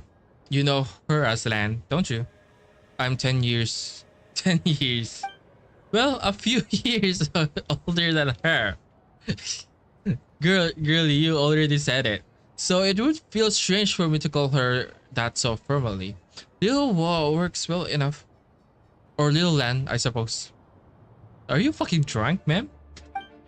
When she first came to Marstad, she looked every bit as young as you do now. Ma'am, I'm like a fucking billion years old or something. I don't know. Margaret was still a reckless young girl back then as well. She once mixed up an order and got quite the scolding from the owner. Margaret burst into tears and said, "One day I'm going to be a boss and then I can scold anyone I want." Was it in the angel's share?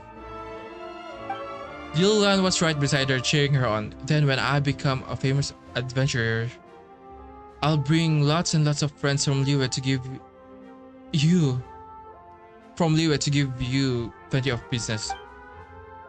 In the end, Margaret really did become a tavern owner, and even now she is still as bright as ever. But Lil Lan, after her brother went missing, I never saw her smile like that again. Sounds like the two of you really go back a long way, so Lance is actually getting on a bit herself then.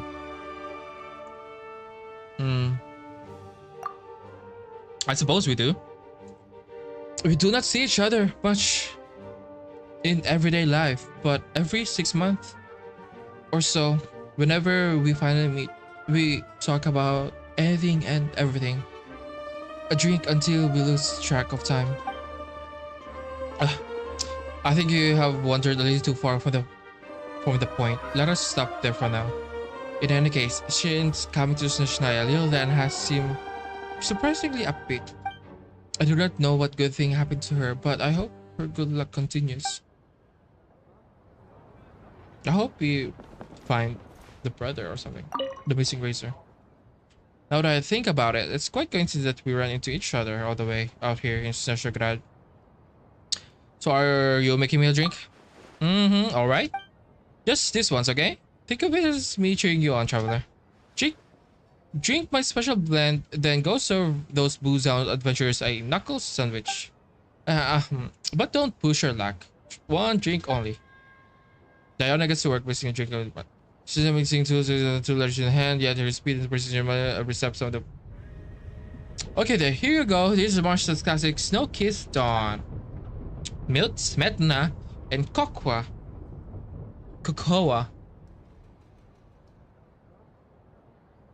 It tastes great. Gives you energy and it's perfect for a place like this. Bro, I need water. Oh my god.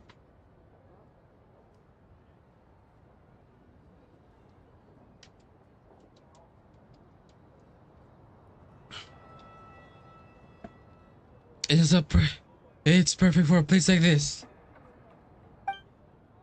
You raise the glasses like a small familiar sweet that's spreading through. How does it taste? Pretty good, almost as good as mine. What the fuck? I could make this flavor too, you know. Girly, then why didn't you do it?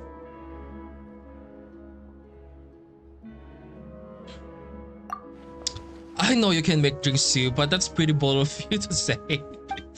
I'm still not used to the ingredients and tools here, and I bet you aren't either. So when we get back to Moshta, stop by the castle, we'll see who's better and trade some tips. I think that's a fucking event. Foreshadowing.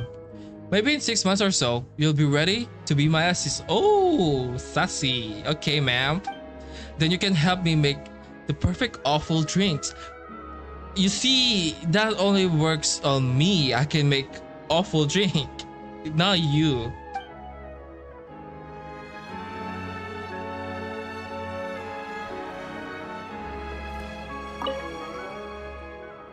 Did you find anything useful?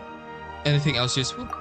Yep, there's way more to work with than just the rye wort.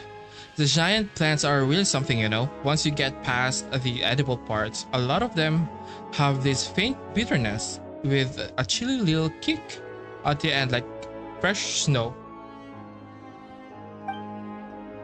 Especially golden fern leaves, they're a local specialty. They're nothing like the stuff that grows on Dragonspine. Once that bitter taste hits your tongue, no amount of water can wash it away. You're just stuck with it for hours until it finally fades. Perfect.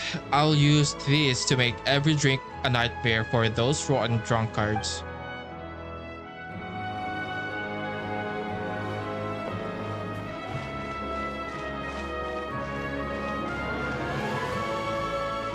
Shukrab. Lan.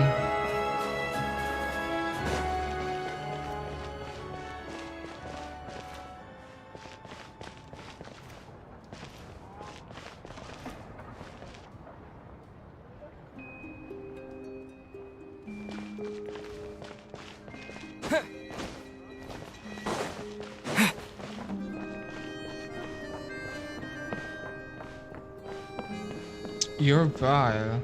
You're vile. Okay, let's talk to some NPCs.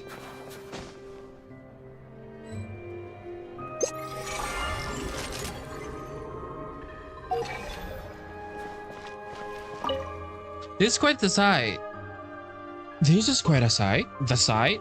Skilled adventurers from every branch all gathered in one place. It feels like something out of a rousing action film. If the rules were a little less restrictive, and there were more chances to spar, this competition should be about perfect. Maybe, but adventurers need more than combat skills.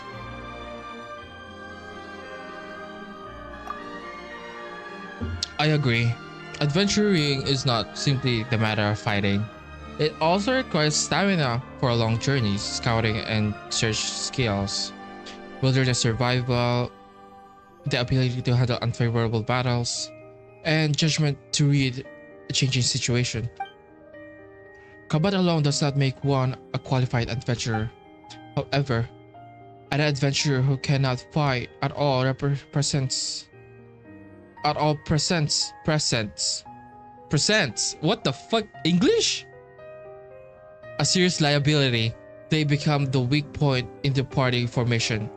Monsters and criminals are quick to exploit such openings, and if that happens, the whole team could be wiped out. Being weak for now isn't the problem.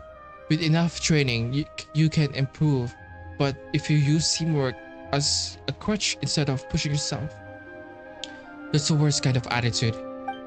At the very least, here at the North Korean branch, I'll do my best to make sure fewer adventurers end up like that. Okay, sir.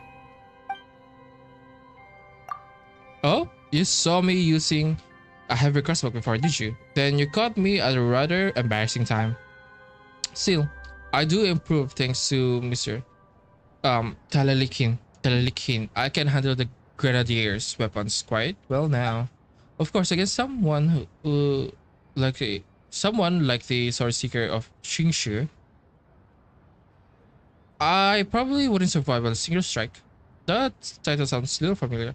What do you call her that again? Sword seeker? Oh, you've known her for a while, haven't you? She's a little branch master. The sword woman people call that.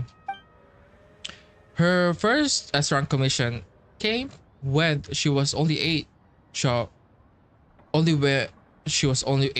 into her career. It took place near Qingshu Pool, where she defeated Stonehide Lava Churl. When the fight was over, she had suffered about 70 wounds and fractures, along with severe blood loss. Even so, she made it back to the camp by herself and held out until reinforcements arrived. People asked if she had lost her mind going into a Stonehide Lava Churl's territory alone. She said she didn't know. She simply hadn't thought about that much. All she cared about was finding the sword. The way she treated her own wounds on the field was later written up by the Adventurers Guild and added to some of their reference materials. When I first heard about it, I was just a troublesome little kid, always pestering my mother for midsummer tort. I thought it was just another fairy tale, but before I had even talked to her into giving me 10 torres. The story had already continued. The sword seeker of Qingshu was back on her feet in no time and went straight into complete her second S-rank commission. She really is something else. I suppose only people who have been with the guild for over 10 years still remember how much that little shook everyone back then. When I signed up for the competition, she actually went by no frills, instant kill. But some of the old timers recognized her right away, so in the end, she used the classic title after all. Before she leaves Snezhnaya, I'll have to catch her and ask if she'd be willing to advise the North Guard branch for a while.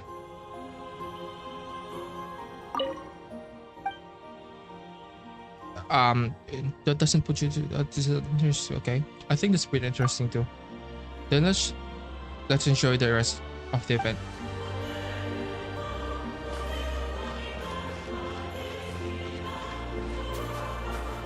What happened to this? Isn't she like...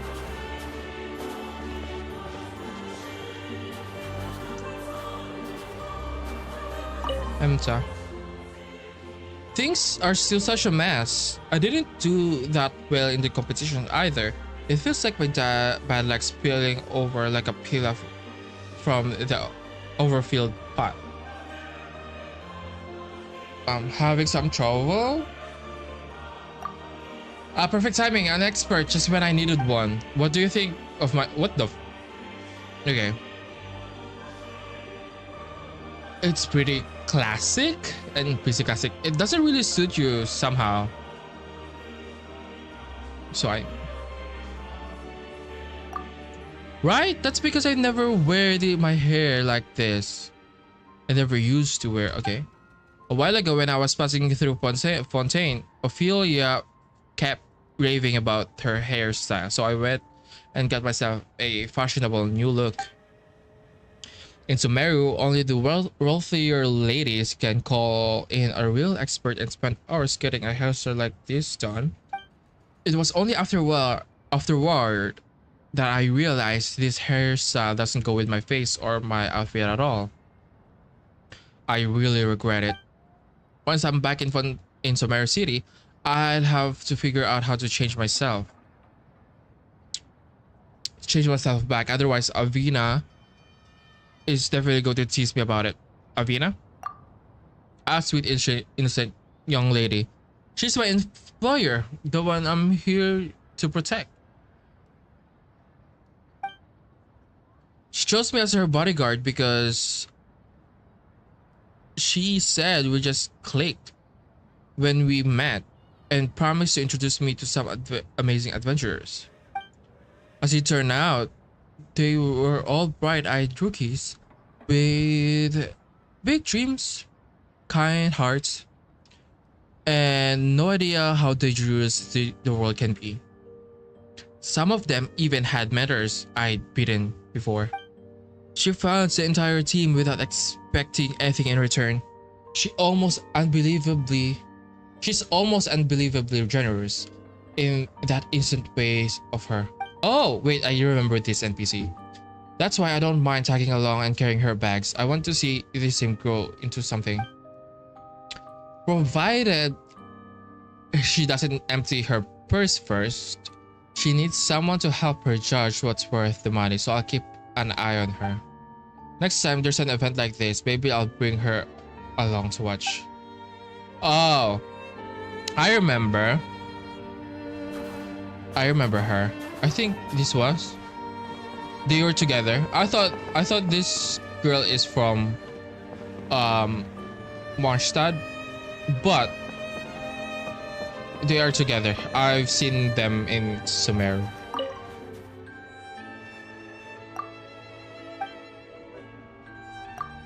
That's a very polite way to put it. You're too kind.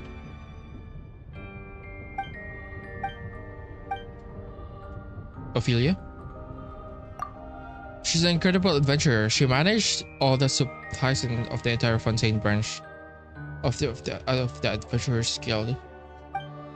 But when we were exploring the desert, there was a misunderstanding between her and the mercenary company I was with at the time. Things got out of hand and she ended up taking down 7 of us. Later, Lady Candice stepped in and smoothed things over. Ophelia actually covered an entire year's worth of water expenses for us. An entire year? That's the kind of money we would usually spend 3 months earning. If anything, she was a little too sincere. Sad thing is, I've heard she was badly injured when some out-of-control experimental field force device came crashing down on her. She did recover, but she couldn't really stay on the front lines afterward. Otherwise, she'd be competing here too. Next time there's an event like this, maybe I'll bring her along to watch.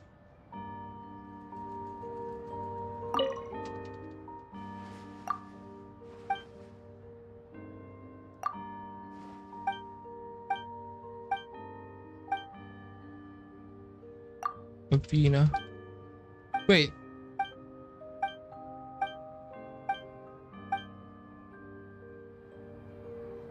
So it's not her. The Avina lady. I'm so confused.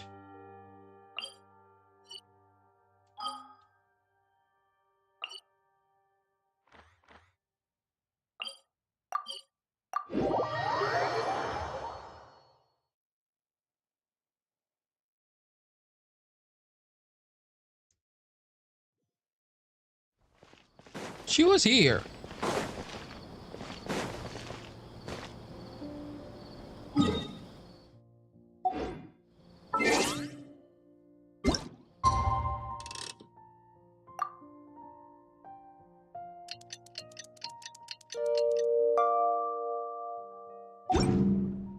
See? They were here. Oh, this one's Avina. Oh my god. Okay.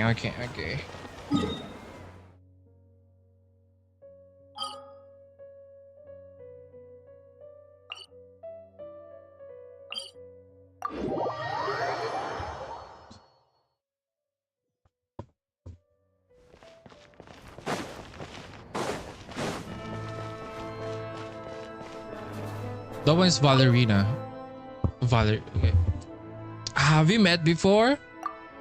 Perhaps. If you've turned into commission in the Adventurers Guild in Summer City, you might have seen me there with my employer. Over the years, my employer and I would often stop there to rest after buy supplies. I usually end up taking care of certain commissions for her. Once she never quite realized were as difficult as they were. So Branchmaster Kamal gave me a part-time Adventurers Guild certificate as well. It's worked out rather well. I can earn a little extra more that way. If he hadn't suddenly decided on a whim to spend his vacation out at sea, he would have been one of leading Sumeru team. The one leading, okay. He's rather carefree.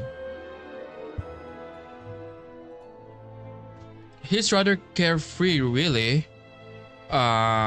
Since I've helped him more than 40 times already, he even felt comfortable leaving meetings like this to me. I can hardly let him down now, can I?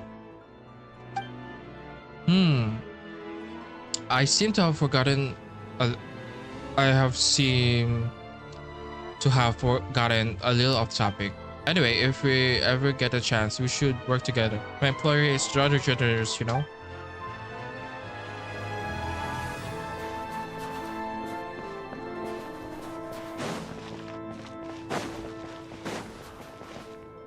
So crab.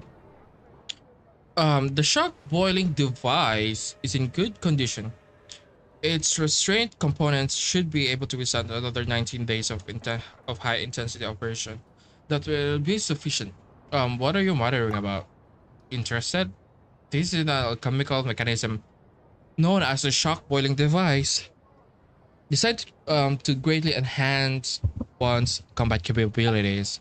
As long as you possess a certain degree of fighting ability to begin with, it can bring out combat power on par with seasoned veteran.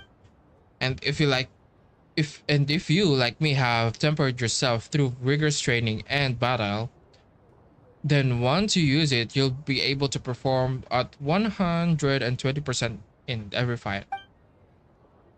Sounds good, doesn't it? You can place an order with me now. Once I return to Sumeru, I'll let Professor Hajanar know that she can arrange for the workshop to fit your order into the schedule. That name sounds familiar. I don't know what it is, but I'm not. That name sounds familiar, and I'm not interested. Okay, that's only natural. The professor once said the device was created with the help of the most brilliant person in the world, and that experience felt like two of the most wonderful dreams. I need water, bro. I've been reading a lot.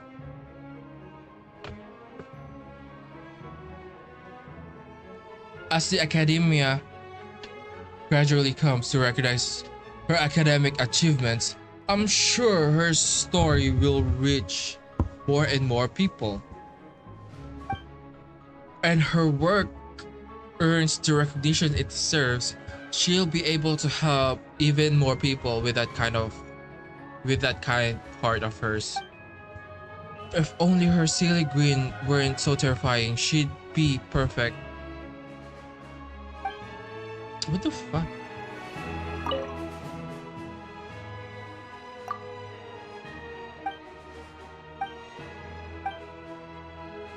I don't know what it is and I'm not interested. Then you're passing up something valuable. Even the core of 30 has started equipping a small number of its members with a shock boiling device, you know. I'm sure Professor Hajanad will keep improving it until it has affordable and reliable as a scimitar. I don't know. A piece of support equipment that can help protect Sumera even better. And once her work earns recognition it deserves, she'll be able to help even more people with that kind of art of hers. Okay.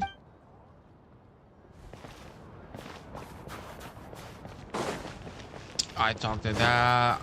This one. Ballerina. Oh, we meet again, Ornora Knight, Cat Savior. Oh! I remember her. From that one cat event. I've entered as an adventurer from Marstad myself. Also, Marstad doesn't have any representative. So you took it. A little unexpected, yes. I had come back to Natlan to visit some friends, but it just so happened that they were leaving on a trip, and since I was already there, they brought me along. How have you been lately? Actually, I don't remember who you are. That's great. That's your best then. How have you been lately? Everything's been going quite smoothly. A little while ago, Mr. Bennett took me for a few guild veterans. Wait, what? Oh. Took a few of the guild veterans to Easy Breeze Holiday Resort in Natlan, and they had a wonderful time there.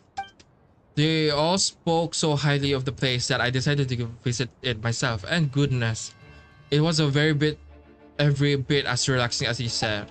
And then on the 8th day of my vacation, I happened to spot a Liluo sunbathing on the beach with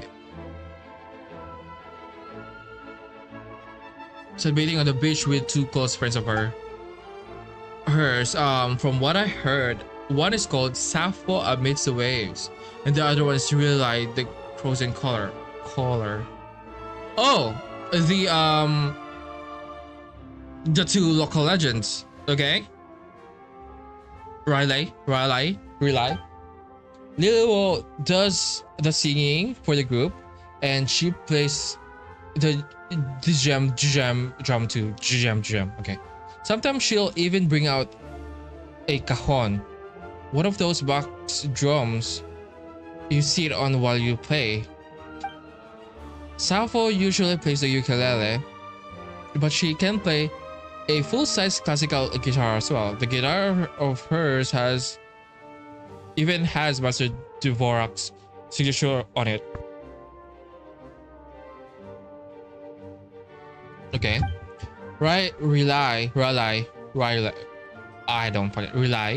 is a flutist, but she can also play the Night Wind horn. She also chooses whichever instrument fits the sounds they need, and she does it so effortlessly. Honestly, I doubt there's any song she couldn't play. There's any song, okay. They sound like such kind people. They sound really very impressive. They're kind of impressive, and somehow animals love them just as much. I follow them on week-long journeys of fruit and wine. A week-long journey of fruit, wine, and music. Listen to my heart's content, and a wonderful time. After that, they pulled me into the group, and we all set out to find a lost score. Oh, they were talking about that. We'd only found it a day or two earlier when Liluo received the invitation to this tournament. She decided on the spot that I was coming with her too. I heard they were looking at some older pieces of inspiration, hoping to make their new song even better. They did find what they were looking for in the end, but I imagine it'll still be sometime before they finish writing the new song. But I can hardly wait to hear it, for From now on, I'm going back to Natlan every couple of months just to visit them. Okay, ma'am.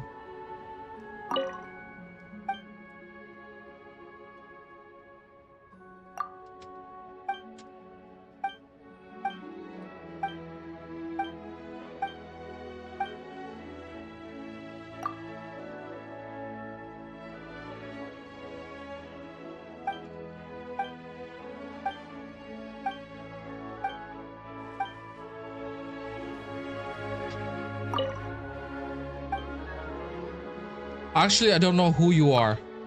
How could you say that? Oh, well, I guess that means I didn't set out enough. I'll just have to send you a little gift from time to time so you don't forget it. Forget me again. I mean, I'm not refusing. In that case, allow me to introduce myself properly. I'm Ballerina, little server and caretaker of Four Ball Fortress. Yes, that event. More recently, I also invested in Dodoko tabletop game series designed by Lisa and Emerald. If you ever have a project that needs funding, you think it has solid business potential, you're welcome to show me the proposal. I can invest quite a bit of more. So, Vodenitsa's Finchball.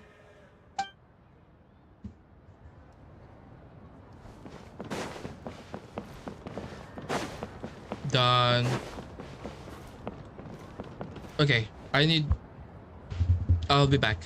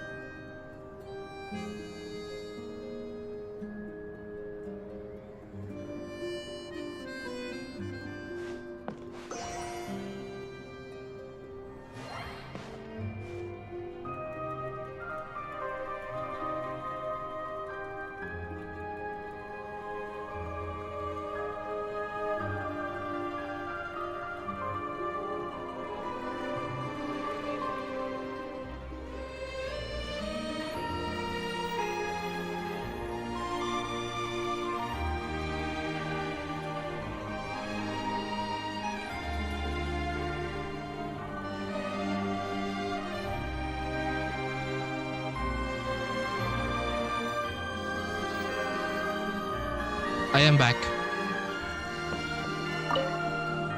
These people are hard to beat. Professional adventurers really are something else.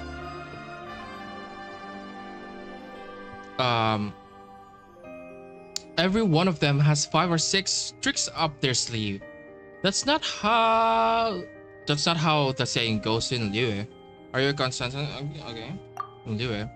I know how it goes, but these contestants are way stronger than normal. It's fun to exaggerate a little, right? Besides, if we're talking about Nadia, I said she got 10 tricks up her sleeve. In a shooting match, I don't think anyone can beat her. The only person who might have a tiny edge is that Snezhnaya clerk, and only because he knows his model of musket better than she does. Once I find the best doctor out there, and that just stops forgetting things so much, she'll be able to show everyone what she's really capable of. Then we'll make a fortune to save enough Mora in a year or two, and we won't have to work so hard every day anymore. Are you a contestant too? Well, not exactly. I'm accompanying Nadia Fontaine's Azrak adventure. Officially, I'm registered as her strategist. After the treasure hunt, where we saved that famous adventure driver, the commission started coming in one after another. Then Nadia somehow managed to catch some runaway thing called Legris, the Fall Holy Sword, I think. The full.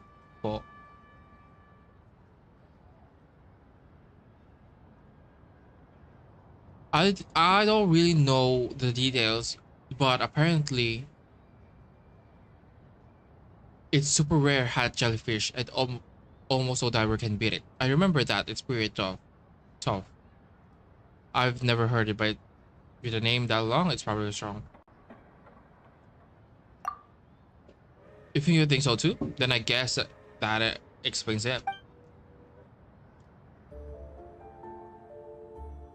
Ever since then, the adventurer named Ophelia kept bringing Nadia jobs that no normal person could handle. Oh, Ophelia is connected, okay.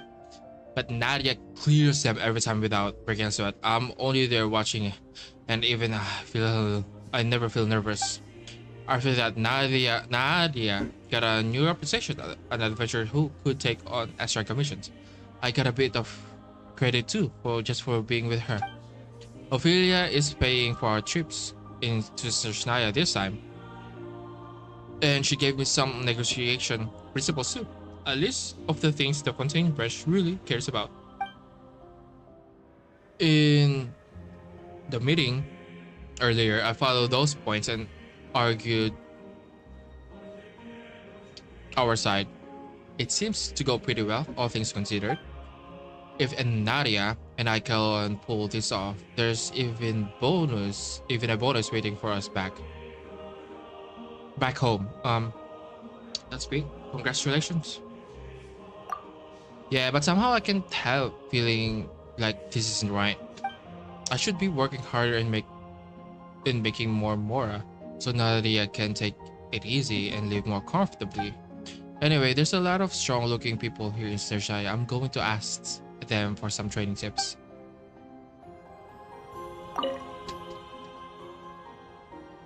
Oh.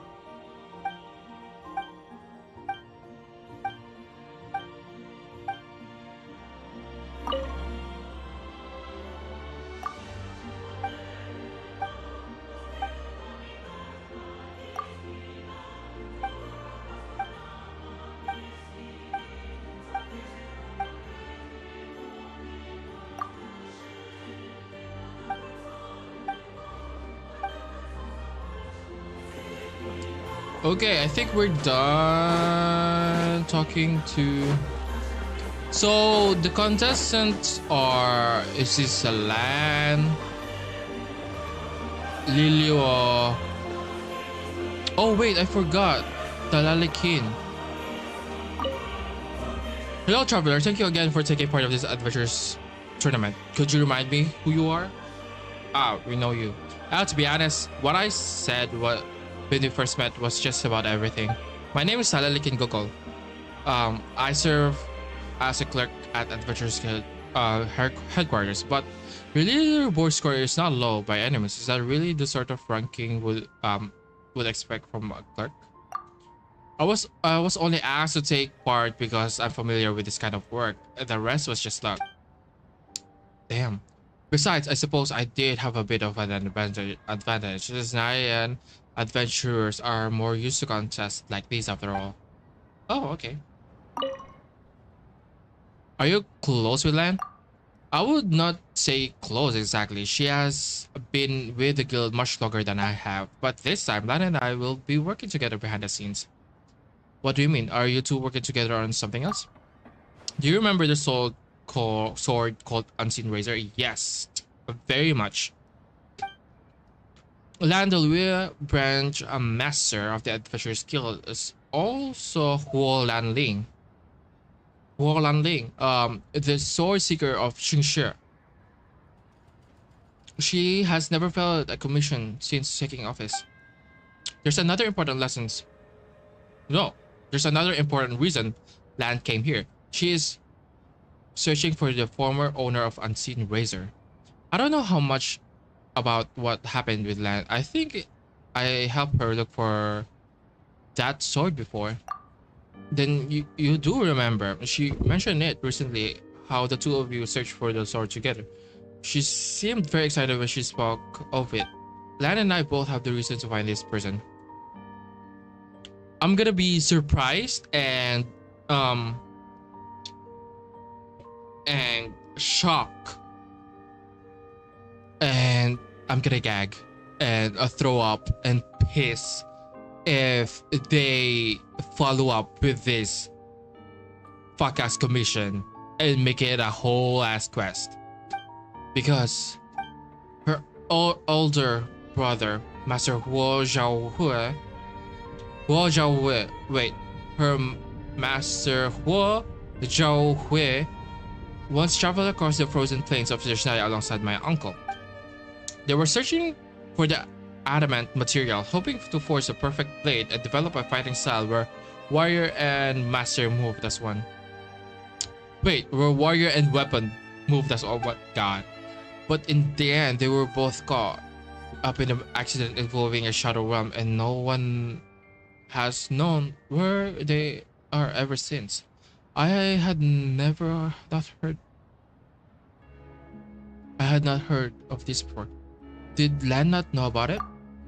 That is understandable. The accident was extremely complicated, and the investigation report alone was thicker than a dictionary. The full report was only thoroughly reviewed recently, and the information in it was confirmed to be relatively accurate. The Special Assignment Battalion has since shared it with Adventurers Guild.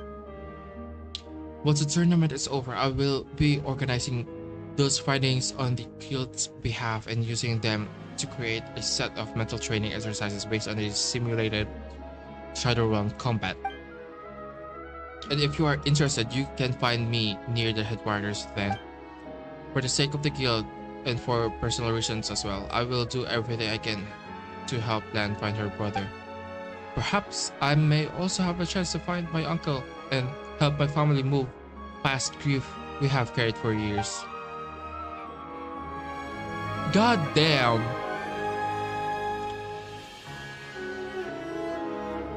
I'm gonna throw up if they make it a whole quest.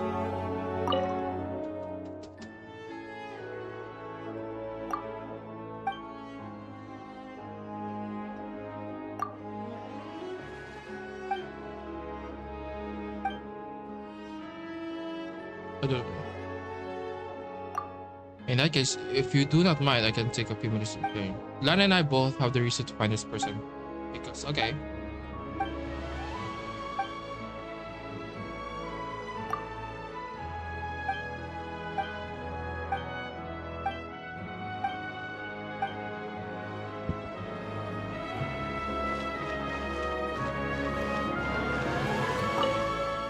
Seeing many incredible adventurers compete on the same stage makes makes even oversight feel worth it. Okay.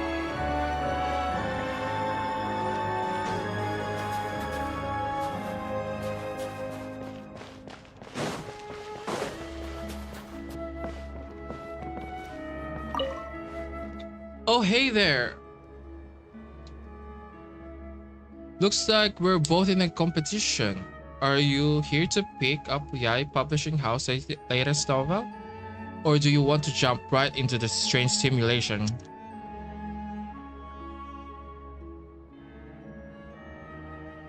Why are you selling novels? Aren't you an adventurer? What? Wait. What? Adventurers aren't allowed to sell things? I'm not the only one who does a little work on the side, you know. Adventuring gets expensive fast.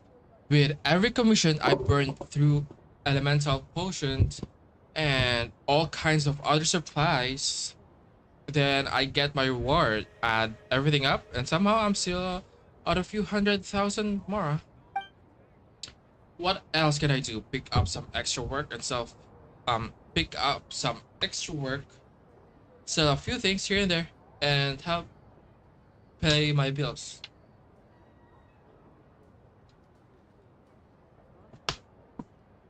Then why keep adventuring if it's such a menacing?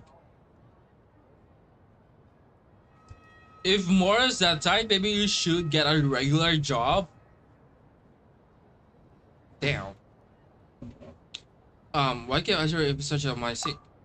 Absolutely not. A steady by the book life, I'd be bored out of my skull before the week was over. What I want is to wake up somewhere new every day, meet people I've never met, see things I've never seen, and take on challenges I've never faced before. And for me, being an adventurer is the only way to live it. Honestly, this competition has already been more than worth it. Maybe I made friends from all over, and I've made friends from all over, and I've seen many incredible things in the land of ice and snow. So what? I'm hopeless at writing.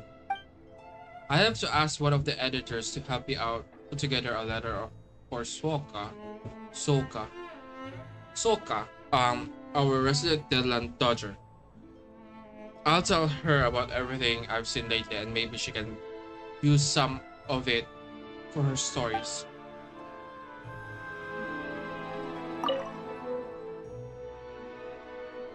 Your ears. Oh, what the fuck? A prop? Oh, they're just a prop. As is this Shine Maiden costume that I'm wearing. Oh my fucking god, I thought we got another kitsune. A few years back, I took an extra commission which left me with way too much debt. After trying this and that, somehow I ended up working part-time at Yai Publishing House. Then my luck turned around. The Irodori festival was in full swing, so I got dressed up as a novel character and helped promote the same collaboration drinks, so like a cosplay. The promotion actually went really well. Aratani was happy with how I did, and everything got a nice bonus, and I even got a nice bonus out of it. So ever since then, I've been working myself to the bone for Yai Publishing House. It's the steadiest job I've got. Not that I'm stuck behind a counter or anything though. I still spend most of my time traveling, camping, and adventuring all over the place. And when I meet people on the road, I recommend light novels that fit the mood. That's where most of my sales come from. But like, my other question is, where do you get the books? What? How do you profit?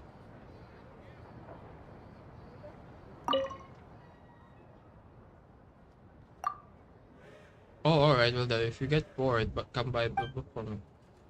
From me. Nadia!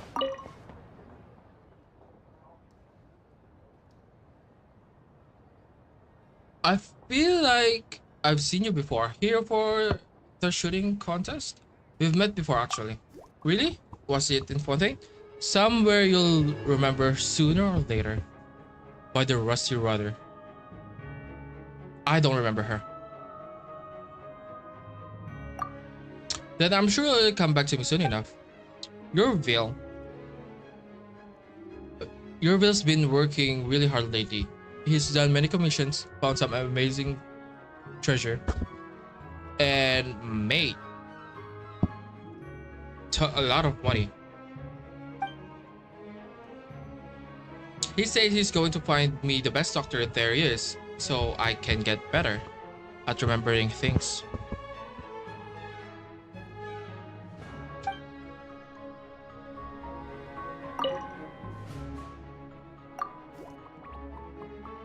By the Rusty Rudder? That's right. Now I remember. You helped us back then. Next time I won't take so long to recognize you.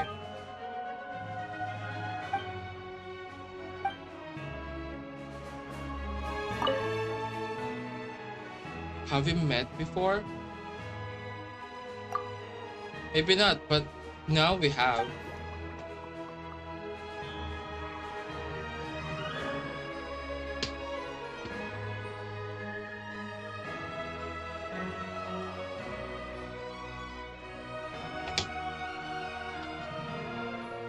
You make me feel really, really good about things.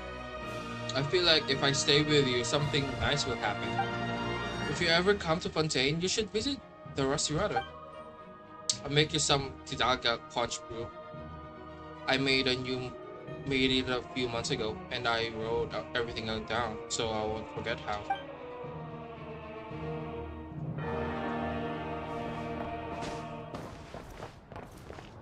Wait.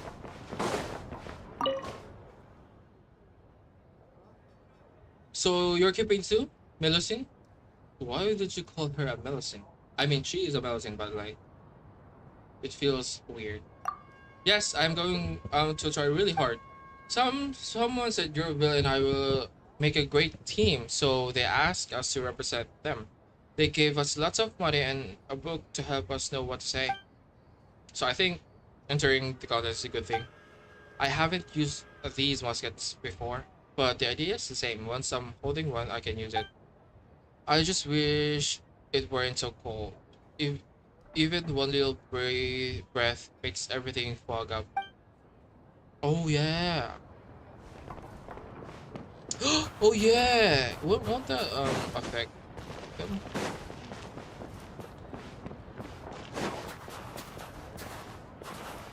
Lily walk.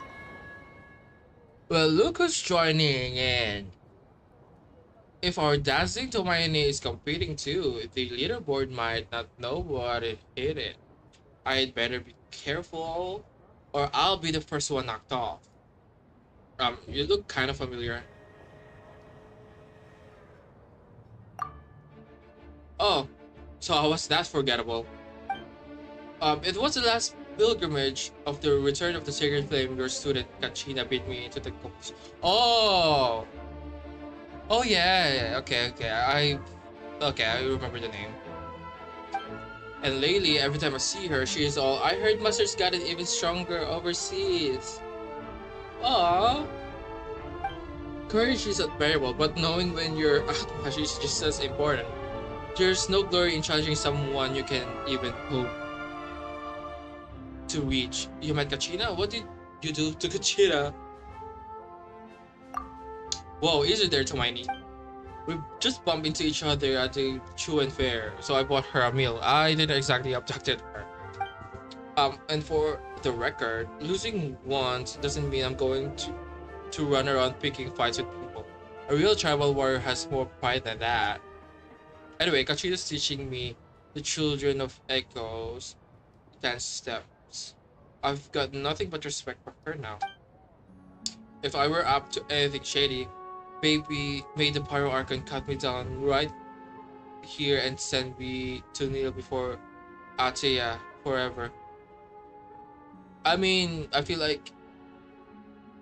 Well, I don't know what to say about that. I feel like that conversation took a weird turn. That's pretty modest for a veteran. A real veteran knows how to size up a fight when to back off. Back then, I thought I had all figured out. More years under my belt, better gear, bit more experience, so I looked down on younger opponents, so like Kachina. Then Kachina knocked me down a peg. I was so embarrassed I could barely face anyone afterward. It took me a long time to get over it. That entire great battle, I only took out about 300 of Beast Masters. I was ashamed of myself. Afterwards, Granny Itzy really let me have it, and that finally got me back on my feet. I started taking combat commissions from the Adventurer's Guild, working myself back into fighting shape and brushing up on everything I'd fallen behind on. But you're an expert adventurer now. Sounds like you did more than just brush up. Well, it's not that simple. Adventuring takes a whole range of skills. It it is different from frontline combat in more ways than we think. Lately, I've been teaching the younger adventurers at the guild some of my combat techniques. In return, they've been teaching me all kinds of useful tips for everyday life and exploration. With people like Miss Ballerina helping me, I was even able to track down those old music scores Rely, and Sappho had wanted for so long. Are they not gonna attack me anymore? They really made me realize something. Every generation has its share of talented young people. Some of them are real gems. If the younger generation can learn from our experience and our mistakes, then of course they're going to go further than we did. And Kachina, she's got you as her teacher, and all those ancient name bearers influencing her along the way. A few years from now, she may be standing so high that even I'll have to look up to her. Aww. They still give it the best. That's just weird. The China really drove that lesson home for me. No matter how long you've been doing this or how one-sided the match looks, you should always start by respecting your opponent. Land! We're counting on you to wrap this match up fast. Okay, am I crazy to think this? Am I crazy to think this?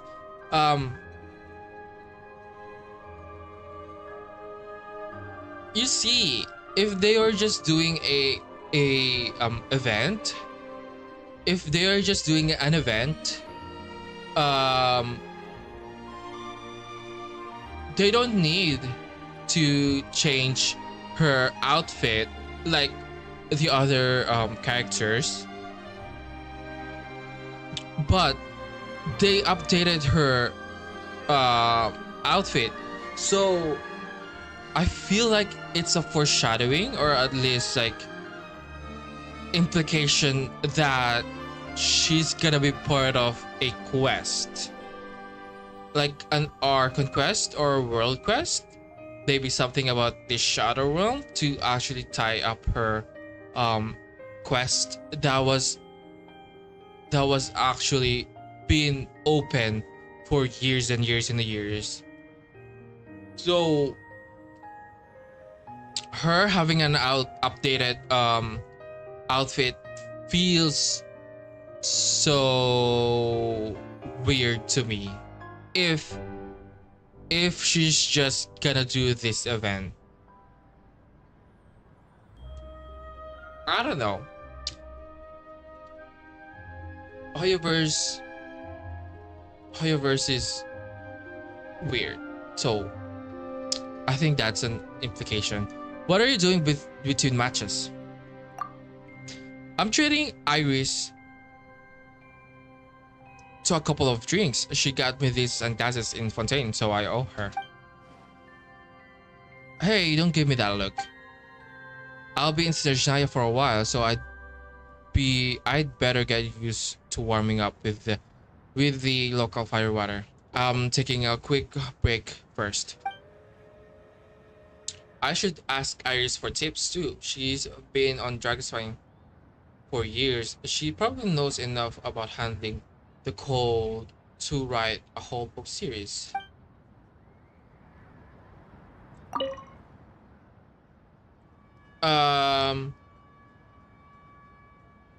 About commission and adventurer ranks. What brought this up? I never really thought about commission ranks before. I heard something about adventurer ranks this time. Don't think too hard about it. It's just a rough way to describe what kind of commissions an adventurer can handle alone. I'm guessing you want to know where the commissions we usually give you fall, right? A Hilcher outpost raid is a good example. Adventurers call those increasing danger, and they're usually treated as B-rank commissions. For that kind of job, the adventure the guild recommends at least 16 regular adventurers and warriors with no fewer than 6 solid marksmen. Not a lot. The usual plan is to have 6 people keep any miter shows and in the outpost busy, while 4 handle the regular hillagers, and 6 marksmen take down the hillager crossbowmen on the towers first, then help wear down the miter shows. Once you're down, the whole party moves in to clear the camp. That can take 3 to 5 hours, so the more about endurance of brute force. So it's more about endurance than brute. Wait, so we're just doing it for like um like 1 second. I don't fucking know. So this actually kinda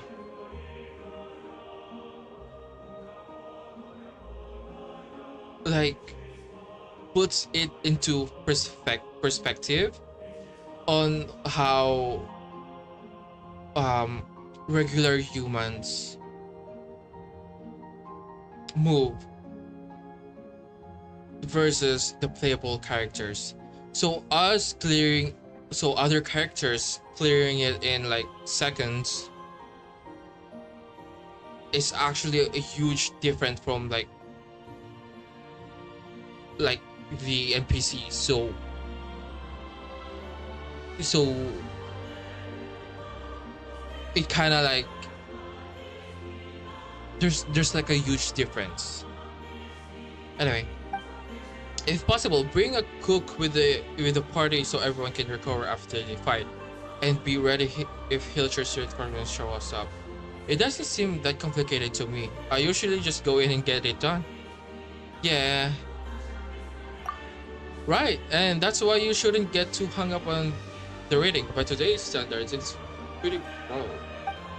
I just said the same thing before. A B-rank Hilcher's cap in Dragonspine and a B-rank increasing danger commissions in normal area aren't really the same at all. We're suggesting that each rank should also have difficulty score. For example, B rank would be 601 to 700 points. That way, adventurers can get way better idea how hard a commission is before they take it. There will be a meeting about it after the events, so you'll hear more then.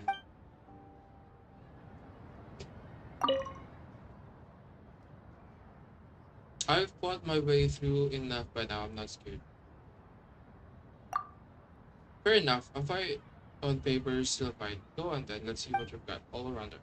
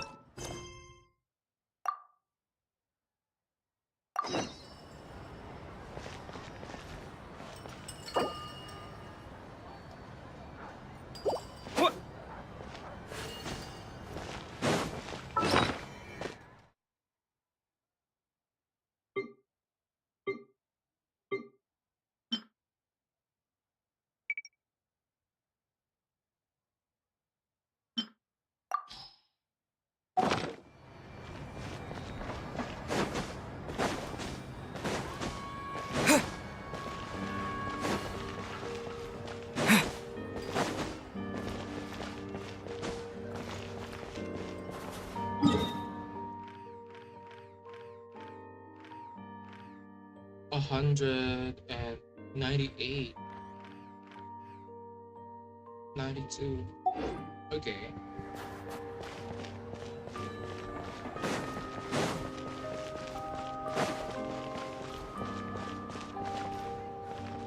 Miroslava.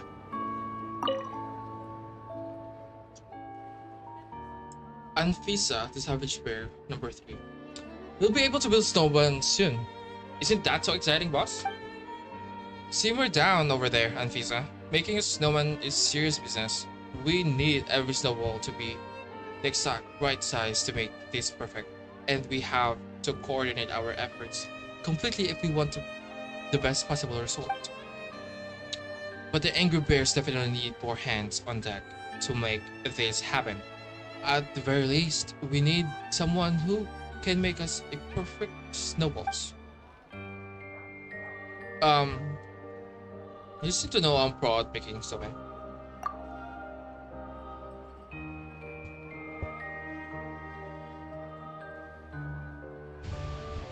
Oh, you sure sound like a confident grown-up.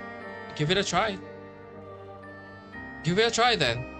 And if you can give us the perfect snowballs we're looking for, I've got a reward for you. Remember, the snowballs must all be exactly the same size. Well, not exactly. Krylov, okay.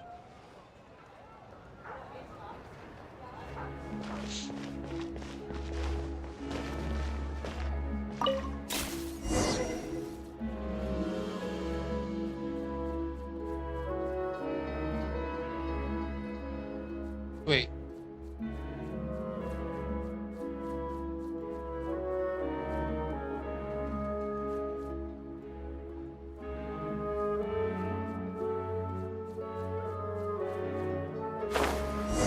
We're in a particular rooms and salvage shippers. No!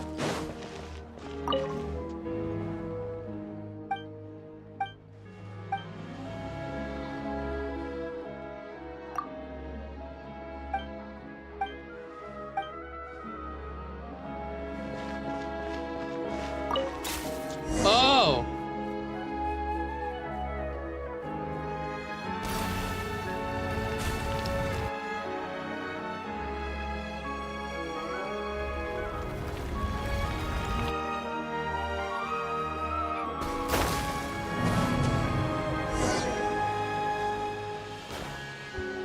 This is gonna be annoying. This is gonna be annoying and...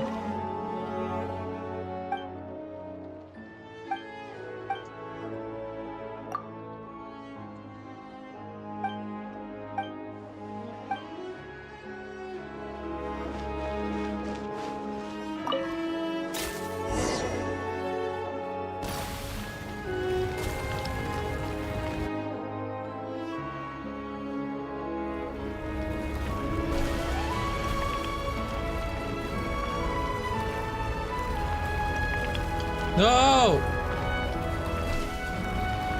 Wait. No, I think it's way bigger. Okay.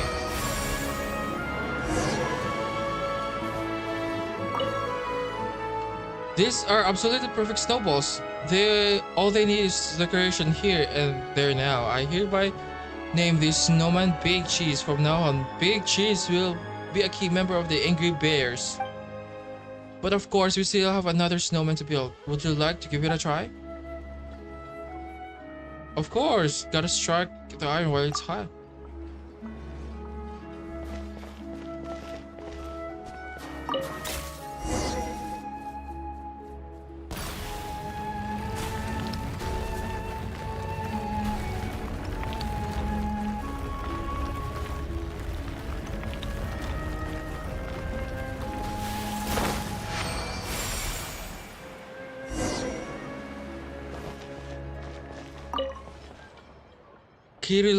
Krylov can decorate the name of the second snowman.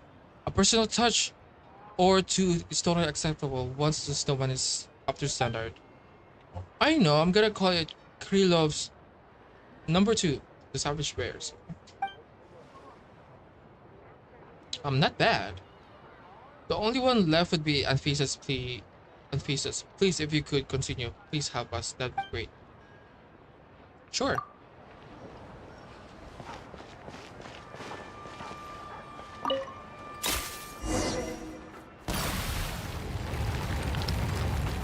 Wait, is it huge or not? No, is it huge?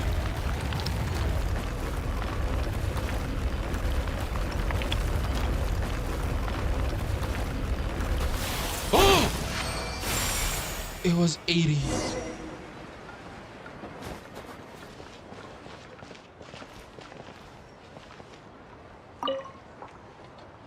Wow, that someone's fire. I'm gonna call it. I'm gonna call it the Silver Snow Masa. Let's go. I like the name. That sounds impressive. And now our Snowman's God is also finally complete. Thank you. This is for you. I'd like you to join us, but unfortunately, you're a little too old to be a member of the Angry Bears. Okay. I'm not even interested, man. No matter how you look at it, we Savage Bears have already 6 members. We just need a few more people to finally take over the entire Snezhnaya. Okay, ma'am. It's a super good plan, boss, but I don't think snowmen alone are enough. Exactly, but just having snowmen is no fun at all. If you have more friends, we can play together, have snowball fights, and oh, we can play even better pretend. Just like those amazing people who sing in the theater. If we host fun stuff like that, I bet more people would want to join us. Alright, little girl, stop looking at us like that. We're not just playing house here. The Savage Bears are a proper gang, and you don't build a crew just by playing games.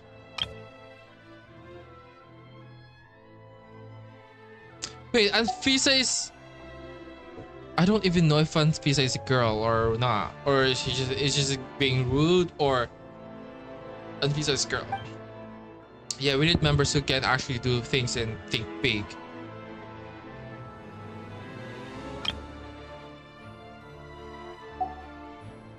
We're gonna pull off something huge and make sure the whole Snezhnaya knows our name. Yes, we're gonna be famous all over Snezhnaya. Anfisa. Well, I don't even know if Anfisa is a girl or guy's name. Well, the ideas are good. Anfisa has provided some valuable suggestions, and Kirillov is right too. Now we need to call an official meeting to properly map out the Savage Bears development plan for the upcoming year.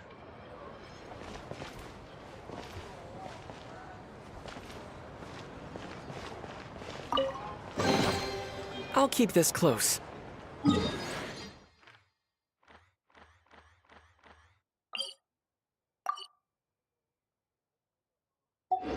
Delete.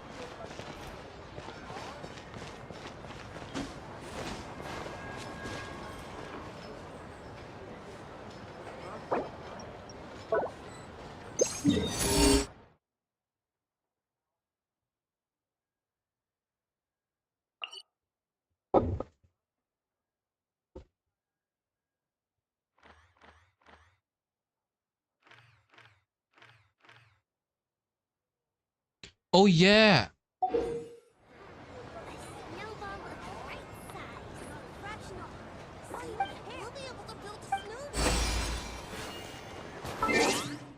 I need to play some things.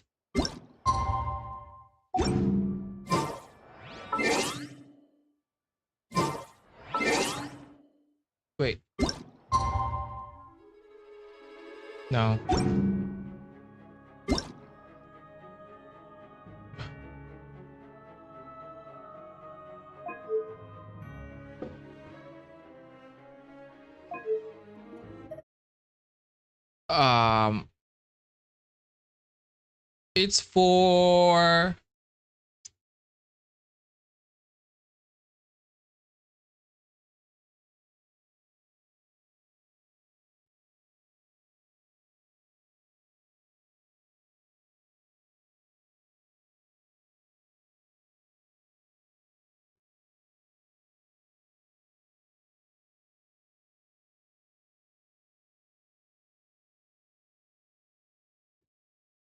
It's for this one.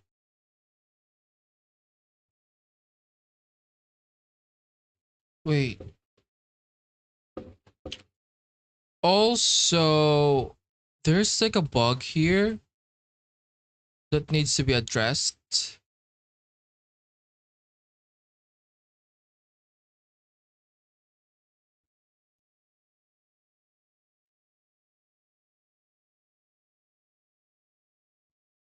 Wait.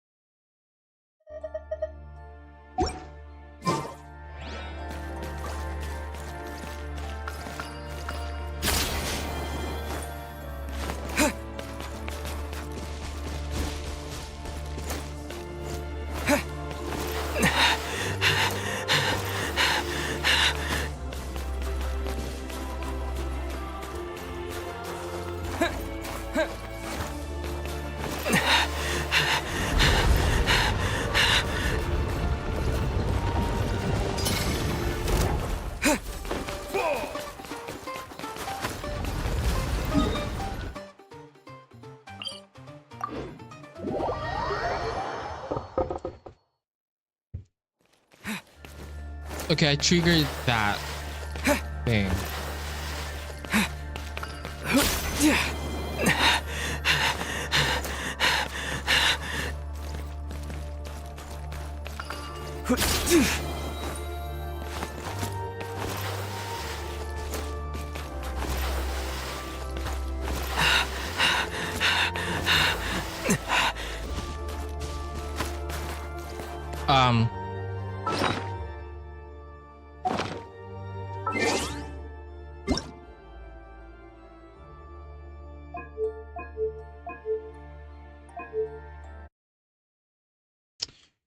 I triggered it, but I'm actually really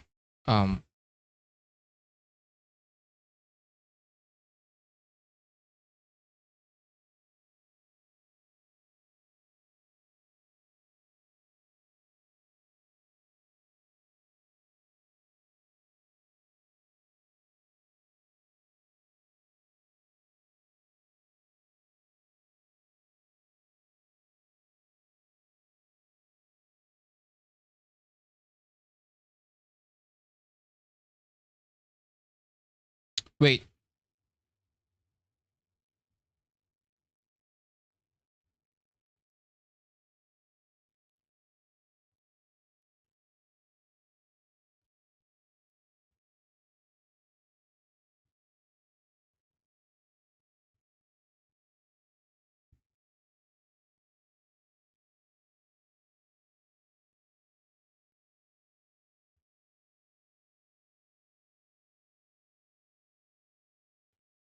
This one.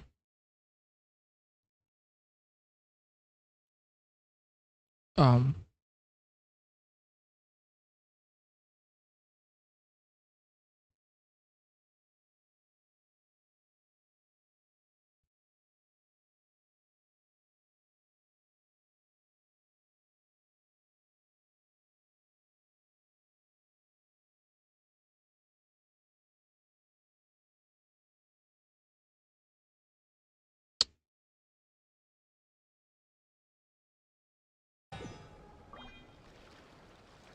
and they're to your soul of the were able to make to you entirely of their own me at the dinner party.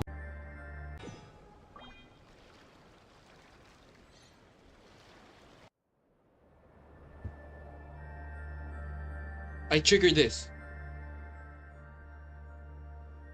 Pavlina, so this is the result of the research you promised to show me at the dinner party. But I never imagined you would apply it to your own kin. This was entirely of their own will. They had little time left as it was, and their final wish was to be of service to you. But who are you talking about? Thanks to their sacrifice, Koshei and I were able to make clear just what the 8-tier embryonic, choric, telluric rudiment. Okay, sci-fi. You brought back from the Shadow Realm, from the ruins of Hyperborea, truly is just what, okay? And your conclusion? It is the remnant of some forbidden experiments conducted during the age of Hyperborea. It possesses unimaginable power and its composition is complex. Within it is not only some peculiar flesh but also the power of the light realm that has been modified to specialize the acts of creations as well. Okay. Light realm. In short, it possesses unimaginable power. It comes into contact with a life and alters it. Then, these life forms will gradually shift towards a certain tendency, ultimately converging into a single pattern. What kind of pattern? Forgive my overreaching, but the way power flows within these altered life forms is remarkably similar to yours. Of course, they could never reach the heights you have. For an artificial race like the Fae, this is not a power that can be fully contained by a body that has only been somewhat modified. But Koshei, he cannot make these requests of you himself, for he bears guilt. Yet he believes that if the experiment is to proceed further, perhaps it's necessary for us to obtain your body. Then take it. Who is this guy? My blood, my flesh.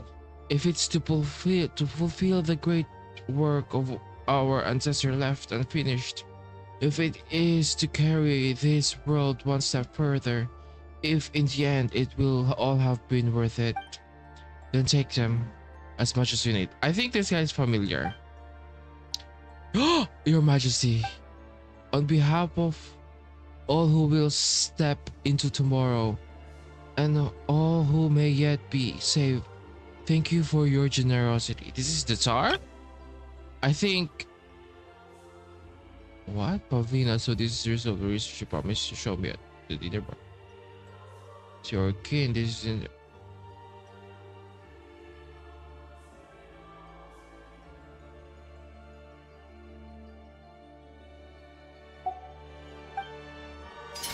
It's a Tsar? Tsar? Return who bound themselves in the ice. Altered Snegovic. Wait, I don't think this is the Tsar.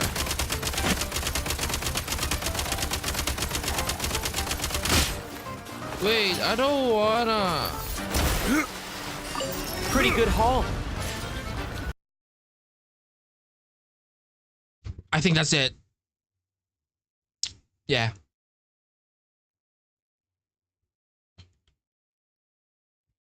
I think that's the Tsar, but honestly, it's kind of weird. I mean, I guess it's not the body of the Tsar, but maybe the consciousness?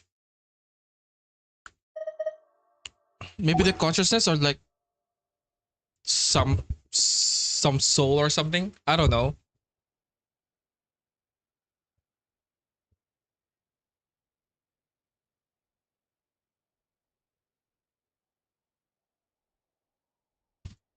Because from what I remember,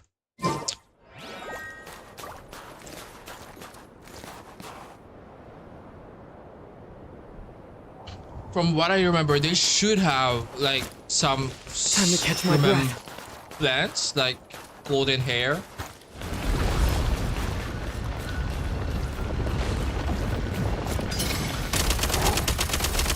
Fall!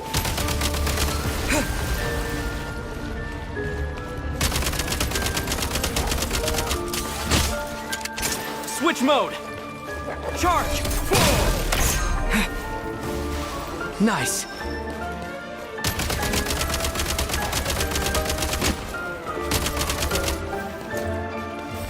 Frost! Surge!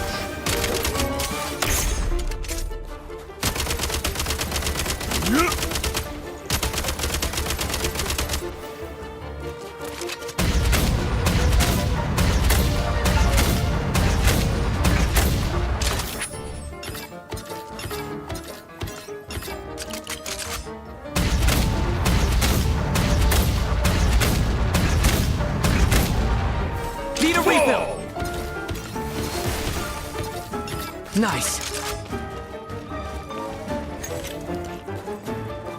Demolition time! Try this! Could this be?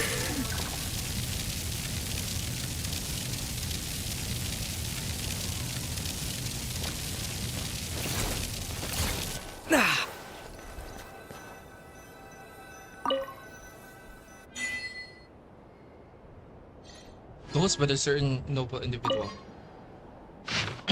Oh, fucking notes. Foray number 86. It is necessary that many significant findings made over the last few years be recorded herewith. Though great effort might have finally determined what transpired when the passage opened.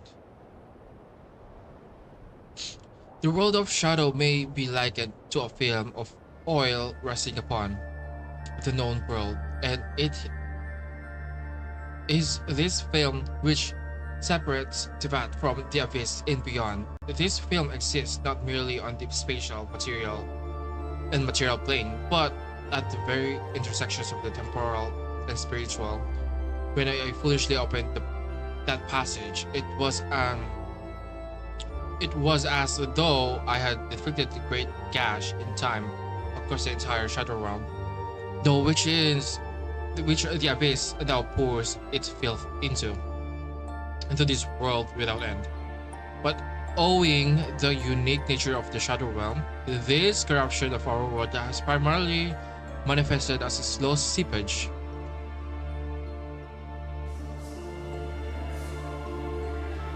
Though the process is irreversible, the threat remains manageable for the present.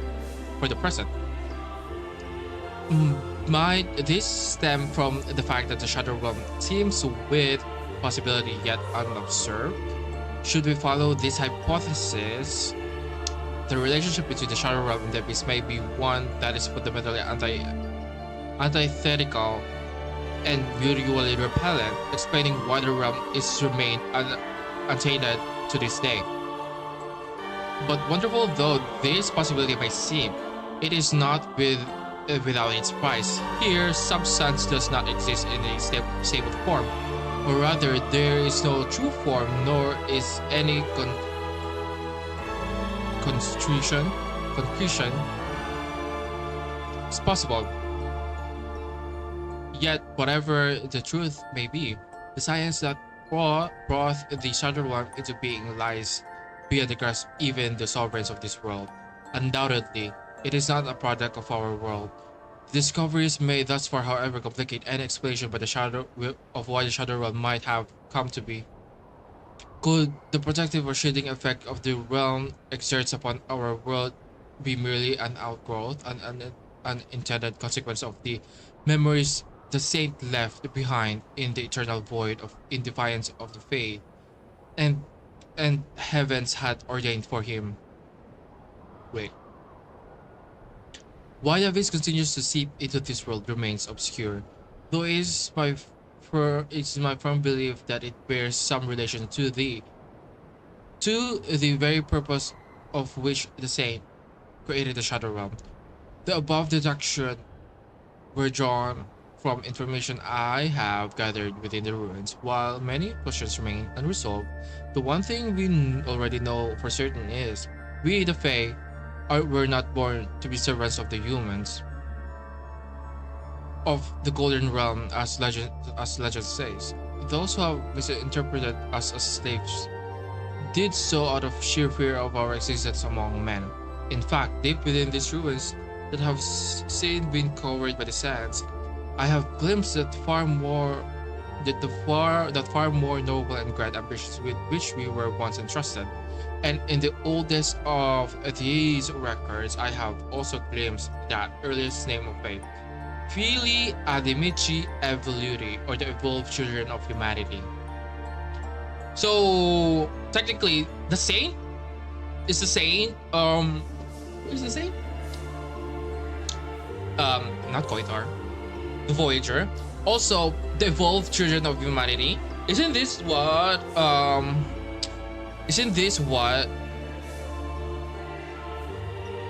Who? Isn't this what Kukulkan was trying to do, but in reverse?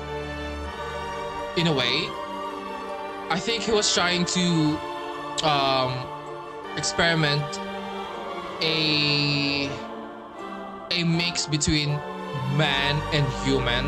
Oh no, not human and dragons, which to make humans like evolve to some extent while dragons regress in any way. So this is like the evolved children of humanity. Okay, that's interesting.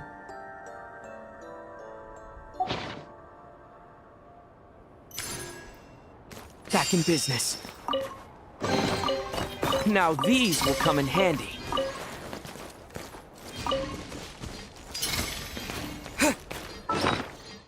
I'm gonna lose it if Of course it is.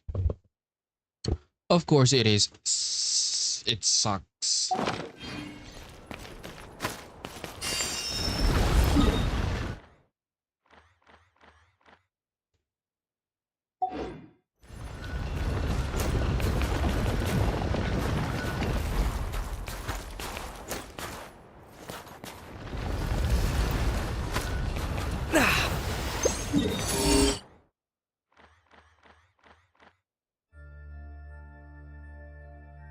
Where is this?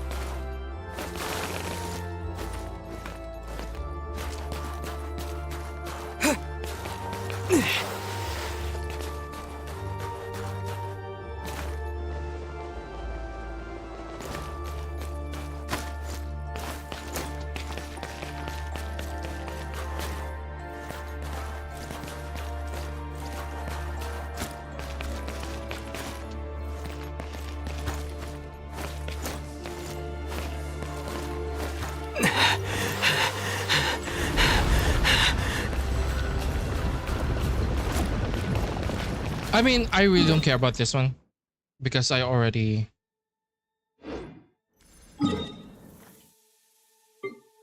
cleared it, but I'm gonna take this.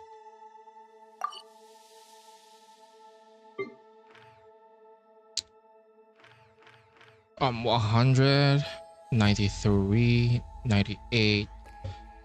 Wait.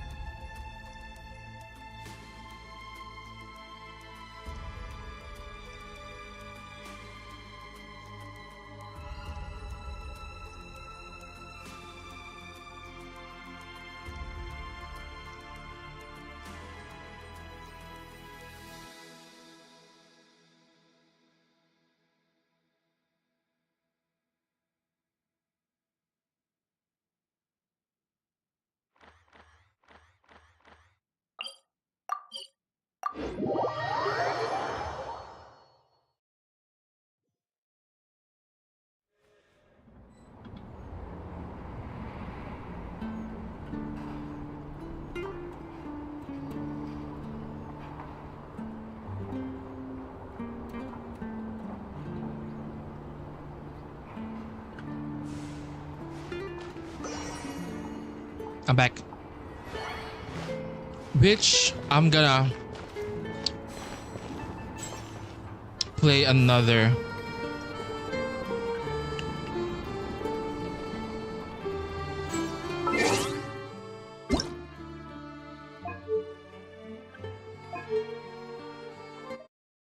I'm gonna play another thing because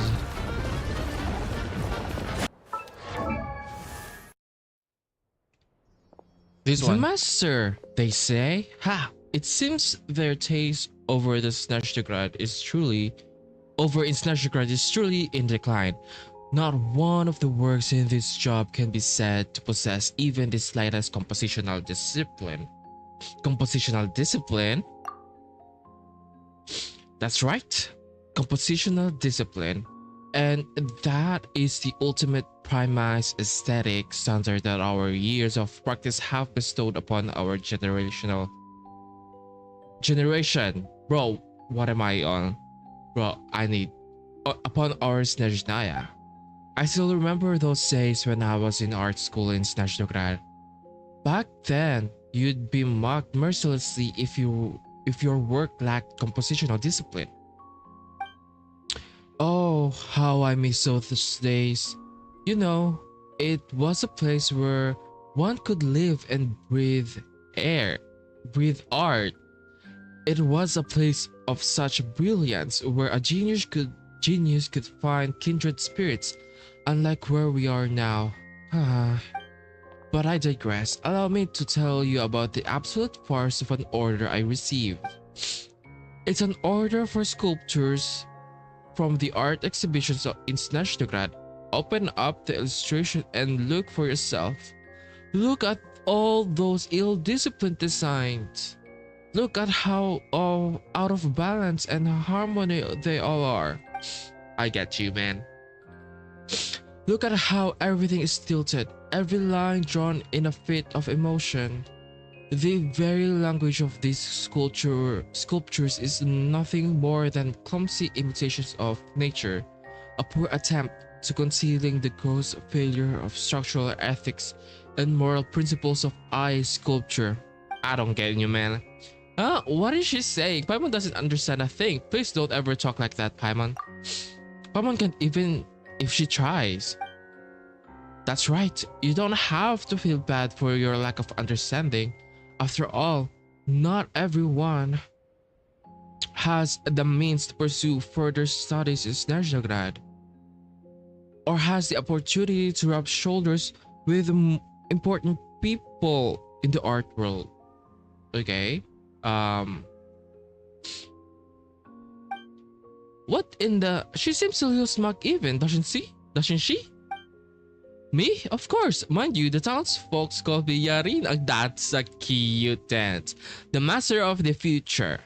So I have a very good reason to be, and I naturally have very good reason to discuss such matters at a level befitting a true master too.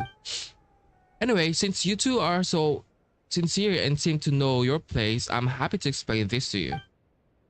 Every year, the folks at the Prime Ice Sculpture exhibitions in Snezhnaya would send their jobs here in Sviatloledovka, and this year is no exception. And this time, they're planning a special themed exhibition called Classics Redux. The Glacier Fruit Master returns. A special homage exhibition. Homage. That is to say, we Prime Ice designers are tasked with creating reproductions of that glacier fruit artist by the name of Larionov or something. But how terribly disappointing. You know why once you look at the job order, none of those works are even really symmetrical. Even if they look balanced at first glance, a closer examination will tell you that the number of prime ice blocks needed on each side is totally different. But at the same time, like, you can't really judge an art whether it's symmetrical or not. Like maybe I guess if you look at the first glance, if it looks symmetrical, if it like, I don't fucking know, man. Is this the master we're talking about? If you ask me, either this man lacks the proper technical foundation or he's simply the tragic product of his times. He simply does not understand that compositional discipline is the eternal yardstick by which all the prime ice works should be measured. Okay, I don't even know what that means. It's a good thing they sent the order to me. As a creator who has undergone artistic training in Snezhnaya, I have all along held myself to standards of a master. And because of that, I cannot allow the good name of Prime sculpture to be sullied, not even in the slightest. And so I have corrected all the parts of that Larionov's work that had strayed from the morality of order and have restored to them to the necessary rigor and axial structural ethics. Well, that's not a good thing to do. There she goes again with that gobbledygook. What she seems to say is she turned all the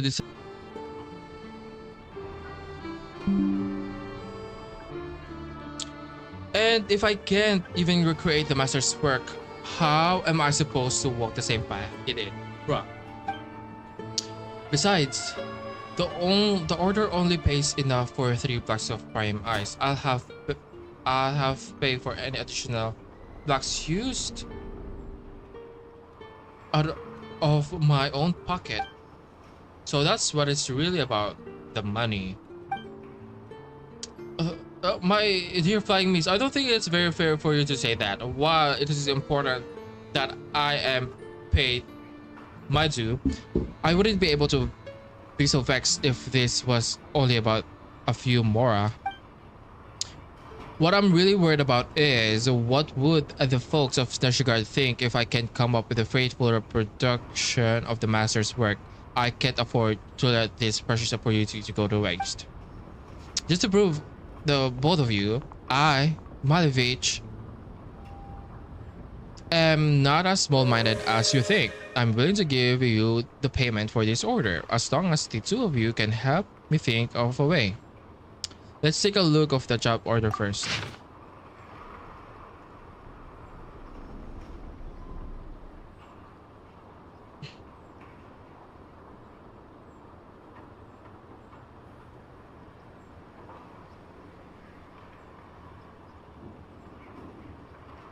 What am I looking at?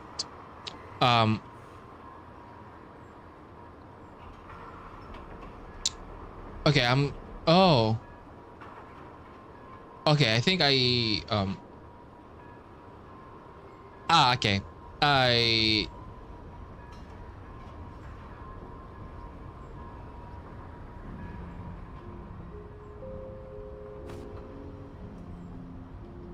Okay, I understand. Here's the job over. Here's the job order. Look at the illustration over here. We'll have to remove 2 blocks of prime ice somehow. Oh my god.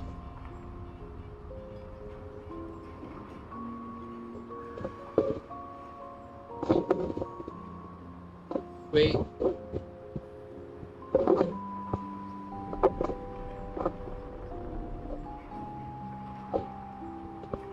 My fucking mic is somehow sliding off.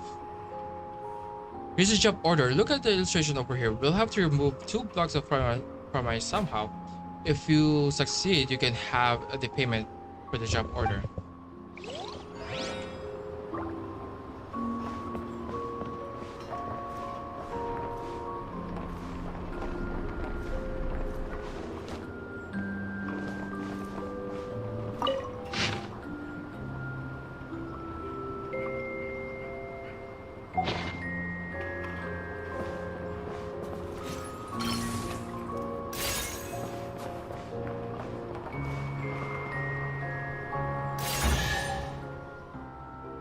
Wow, I can't believe it. This looks exactly like the master's work. You've been such a great help. Please do something for me. There's another designer here who also having trouble with their order, so if you have some time to spare, you might be also want to take a walk around in town.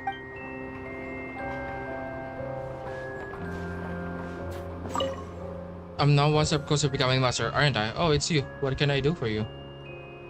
Tell me about the master you mentioned earlier.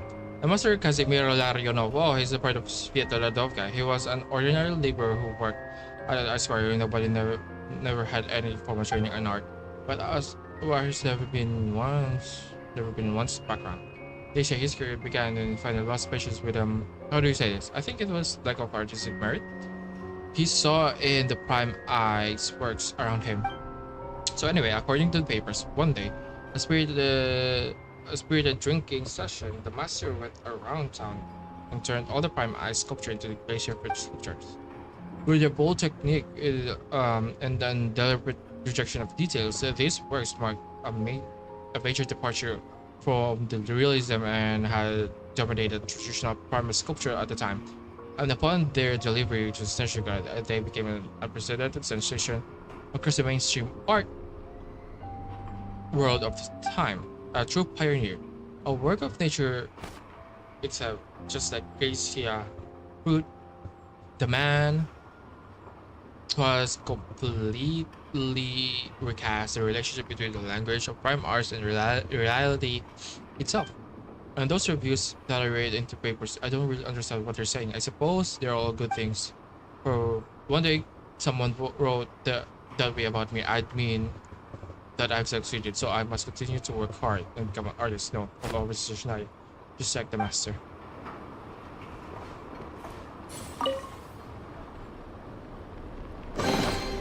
Is this an answer from this world?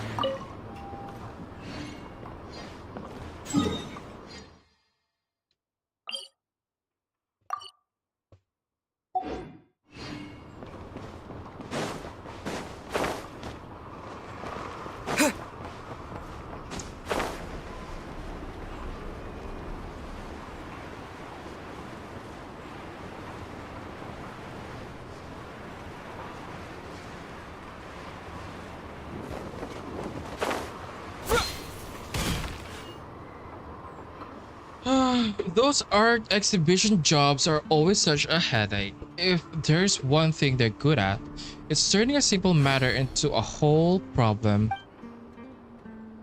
If anyone can just take care of this job for me, I'm more than happy to give them all the career honors I have received over the years. What's the matter? Zarkaya. Are you talking to me? As you can see, I'm currently suffering through this faithfully paid job dressed up as art.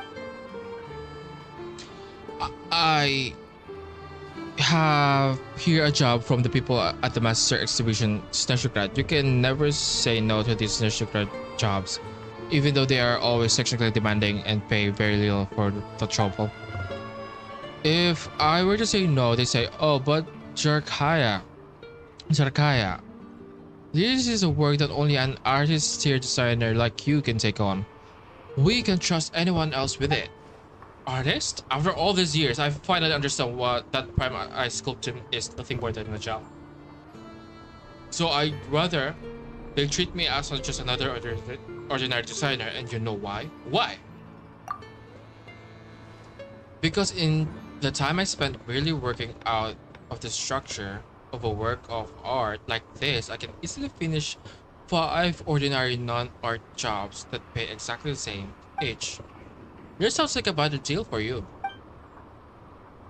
That's right, so whenever I get a job like this, a saying popular among us, Primus designers come to mind. Art or a full belly? That is the question. I suppose Paimon would go for a full belly. Hey, if Paimon's already has enough more, ours is always an option, okay? Oh, in that case, I have a proposal that may interest you. If the two of you can help me position the brag from Prime Eyes, I'll gladly share half the payment for this job with you, and even relinquish you to the title artist-tier designer. That is to say, if the two of you are willing to spend some time helping me completing this job in the name of art, I will provide you with material compensation in addition to the immense physiological satisfaction you will undoubtedly gain. As for me, I'll be free to take on other jobs with the line to save me, and thus feed my belly. Well, travel department, she said material compensation. We do have a little expertise when it comes to art, yes. Wonderful, then you're absolutely right. People for the job. According to the job specification, we'll have to place another block of primaries on the top. You may want to take a look at the illustration first before you get started.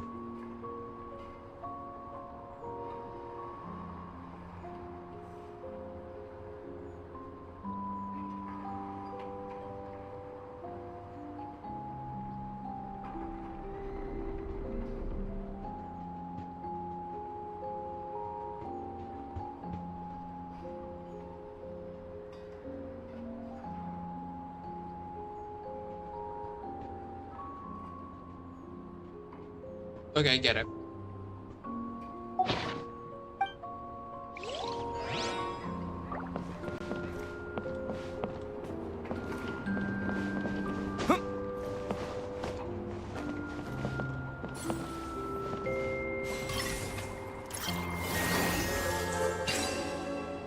Oh, wonderful. I see that you have completed the work of art. Here's your payment.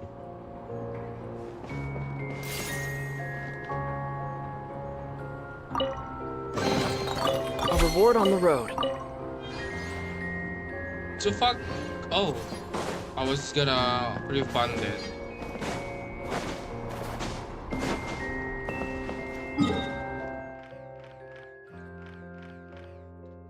Still 99?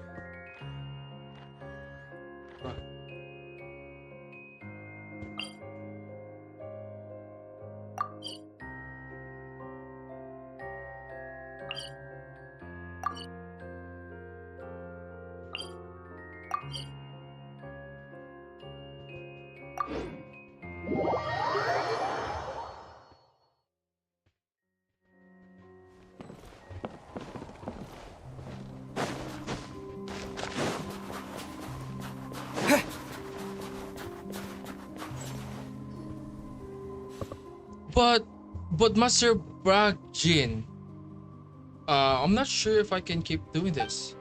Oh, come on now. If you can't even resist this cold, how will you be able to feel the blizzard's might, like those guys Snegwick do? Hang in there a while longer, Churin, Bidu. You're right, Master. Well, what are you doing out here in this crazy cold? I didn't think desert ice carving workshop like ours would get guessed. Are you two also adherents of the path of the ice sculpt dancer? You there, Blondie. You walk through the frigid winds without any irregularity in your footwork. You must be an incredible fighter. Yes, and I also wear a fucking scrub top. What is this path of ice sculpt dancer anyway? Is this dance mat you make from primates? Looks like you don't quite get it, miss. Creating ice sculpture using primates techniques is an art unique in all the world of Snezhnaya. And carving should be elegant like that. Once upon a time, I was able to enter the Pale Crown Palace and perform before the very throne of the Valiant Tsar by dint of my ability of slice prime eyes with my bare hands. To my shame, the princess of Snegoroshka said that my sculptures lacked the breath that the blizzard speak into nature. Her words, Lady Pavlia's words, roused inspiration within me. After that day, I built a training ground here and have made a little life's works to sculpt amidst the blizzard, pursuing ever greater artistic heights. Oh, are the two of you not here for what same reason? We're just adventurers. Incredible, incredible. To think there'd be adventurers who could reach this place. Yes, I've heard my disciples say that adventurers from the Adventurers Guild will sometimes take these commissions. Is that right, Churin? Yes, Master Churin. But we'll have to pay them. Yes, Master Churin? Rajin, Oh, come on now. I can afford your new marriage of sort. In any case, good adventure. Could I commission you to spar with us? How would you mean in private sculpting? Oh, nay, not that. I refer to physical duel. After that, part of the eye sculpt dancer is also martial arts. So how about it? Would you grace us with your presence? Oh, you mean like fight? Well, sure. We aren't scared anyone. Ready to taste my fists? Encase! Gonna! Sigara! Fetch! Curse you! That was amazing. Really got my blood up. Watch yourself. Here I come. Looking for trouble? Lots of the snowflakes. One down! Cryo Storm! Condense! Shadow me. Let's Alright, turn my your turn to read. Me too? It's really coming to fight too?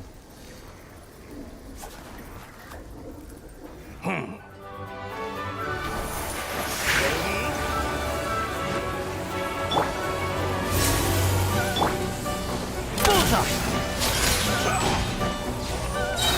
It's doggy dog! Let's begin.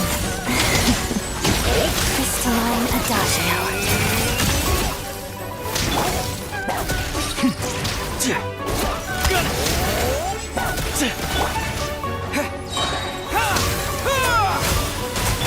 Together. Is this a fucking local legend? Witness the snow swan's grace. One down! Here, boy! Let's begin. Hot as death. Still good. And cake! Condense! Got it! What a joke. How tiresome. Whoa, this is a local legend. I can't do this right now.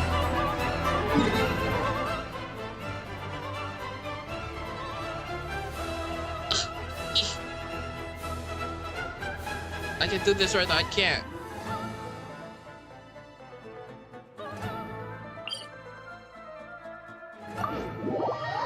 I can't.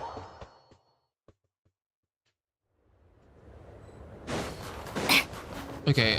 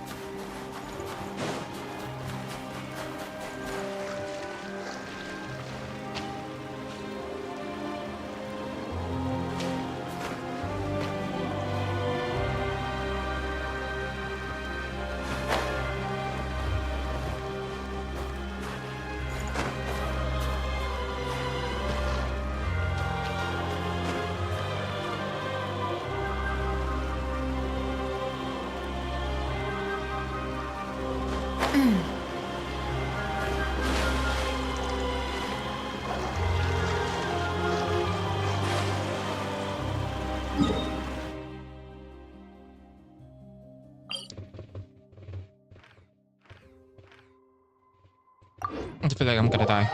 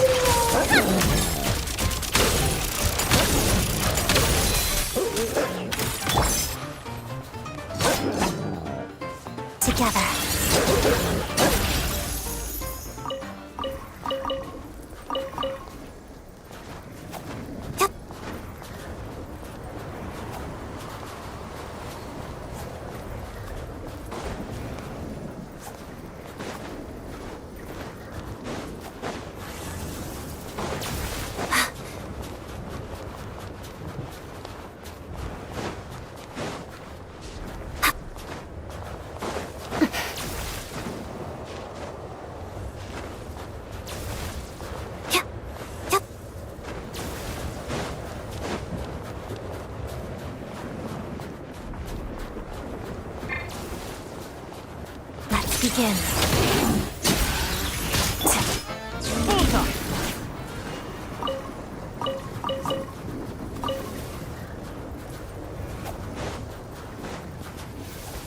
What the fuck happened?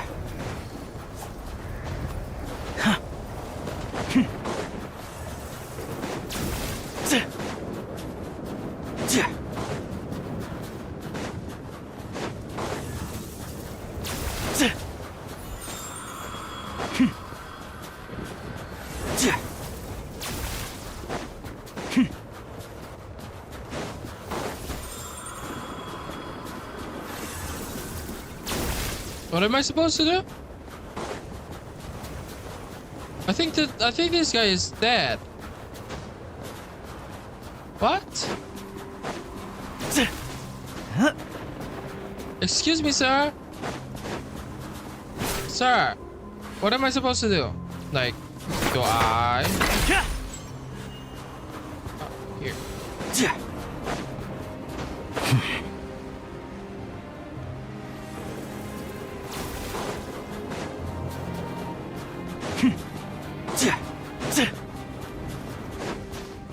I just marked this, but I really don't know what I'm supposed to do.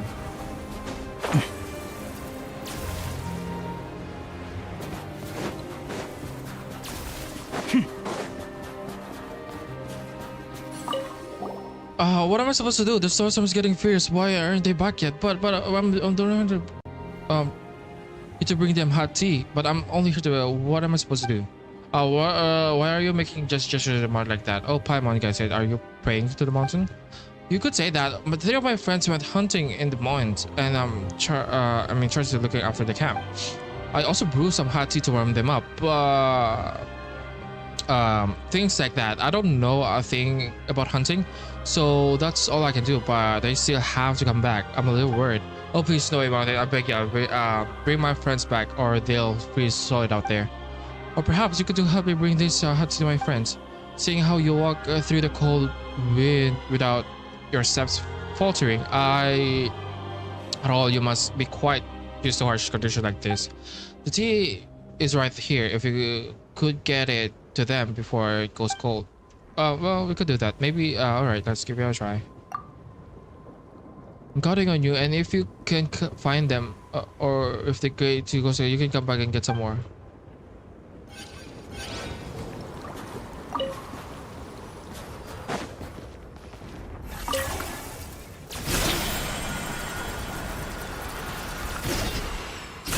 I found some people.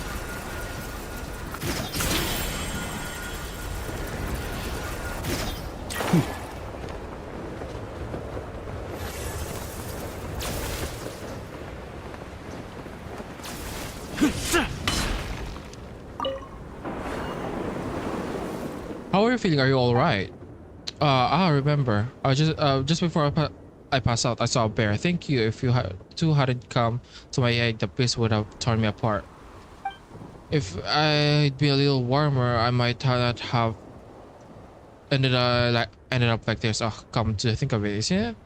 This the haughty look of brood. Look of us to come looking for me. That's very nice of him. That's right. Then I'll have to thank him once I get back down the mountain. My friends and I got separated in the snowstorm. Too. I wonder how they're all doing since. Oh wait. Well, I can't barely look after myself right now. So this is the time to worry about them. Thank you, you two. I'll never forget that you saved my life. Hunter didn't want to drink some of the touches and he... Grab it and go before we get tailed.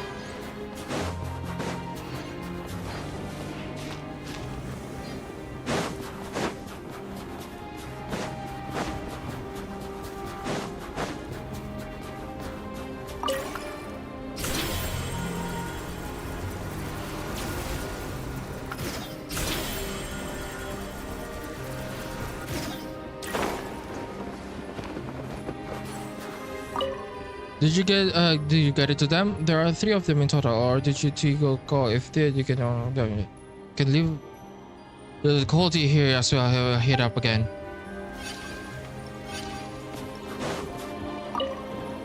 Now that I come out to my senses, it still scares me to think when I think of next time we go hunting. Next time we better make sure we prepare before going hunting in snowy mountains.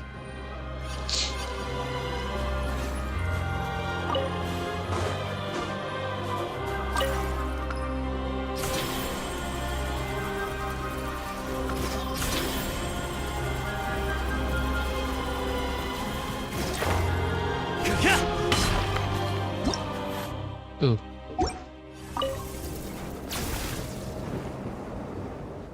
Your friend asked us to bring you this hot tea.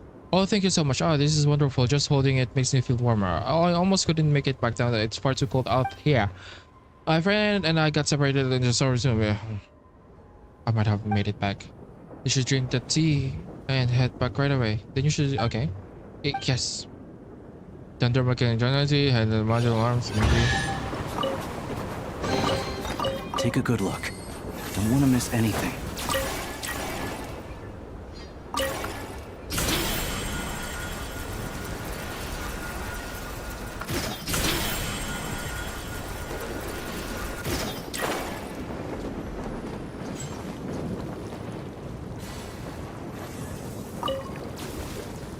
Oh, let me rest for a moment. It's so warm in here in the car.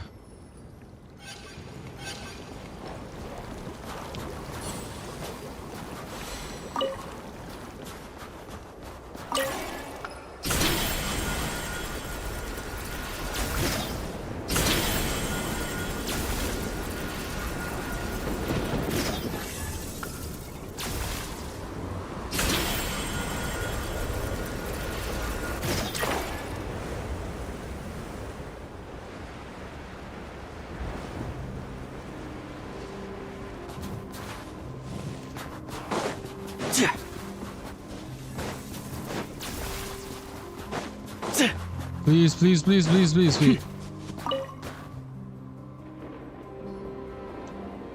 How are you feeling? Are you okay? I'm fine, just a little cold. If only I had a bowl of hot tea to drink. Ugh, if we don't make it back, look, it's gonna be worried sick. Talking about hot tea makes me think of him. The tea always was such nice, delicate fragrance. We had a feeling this was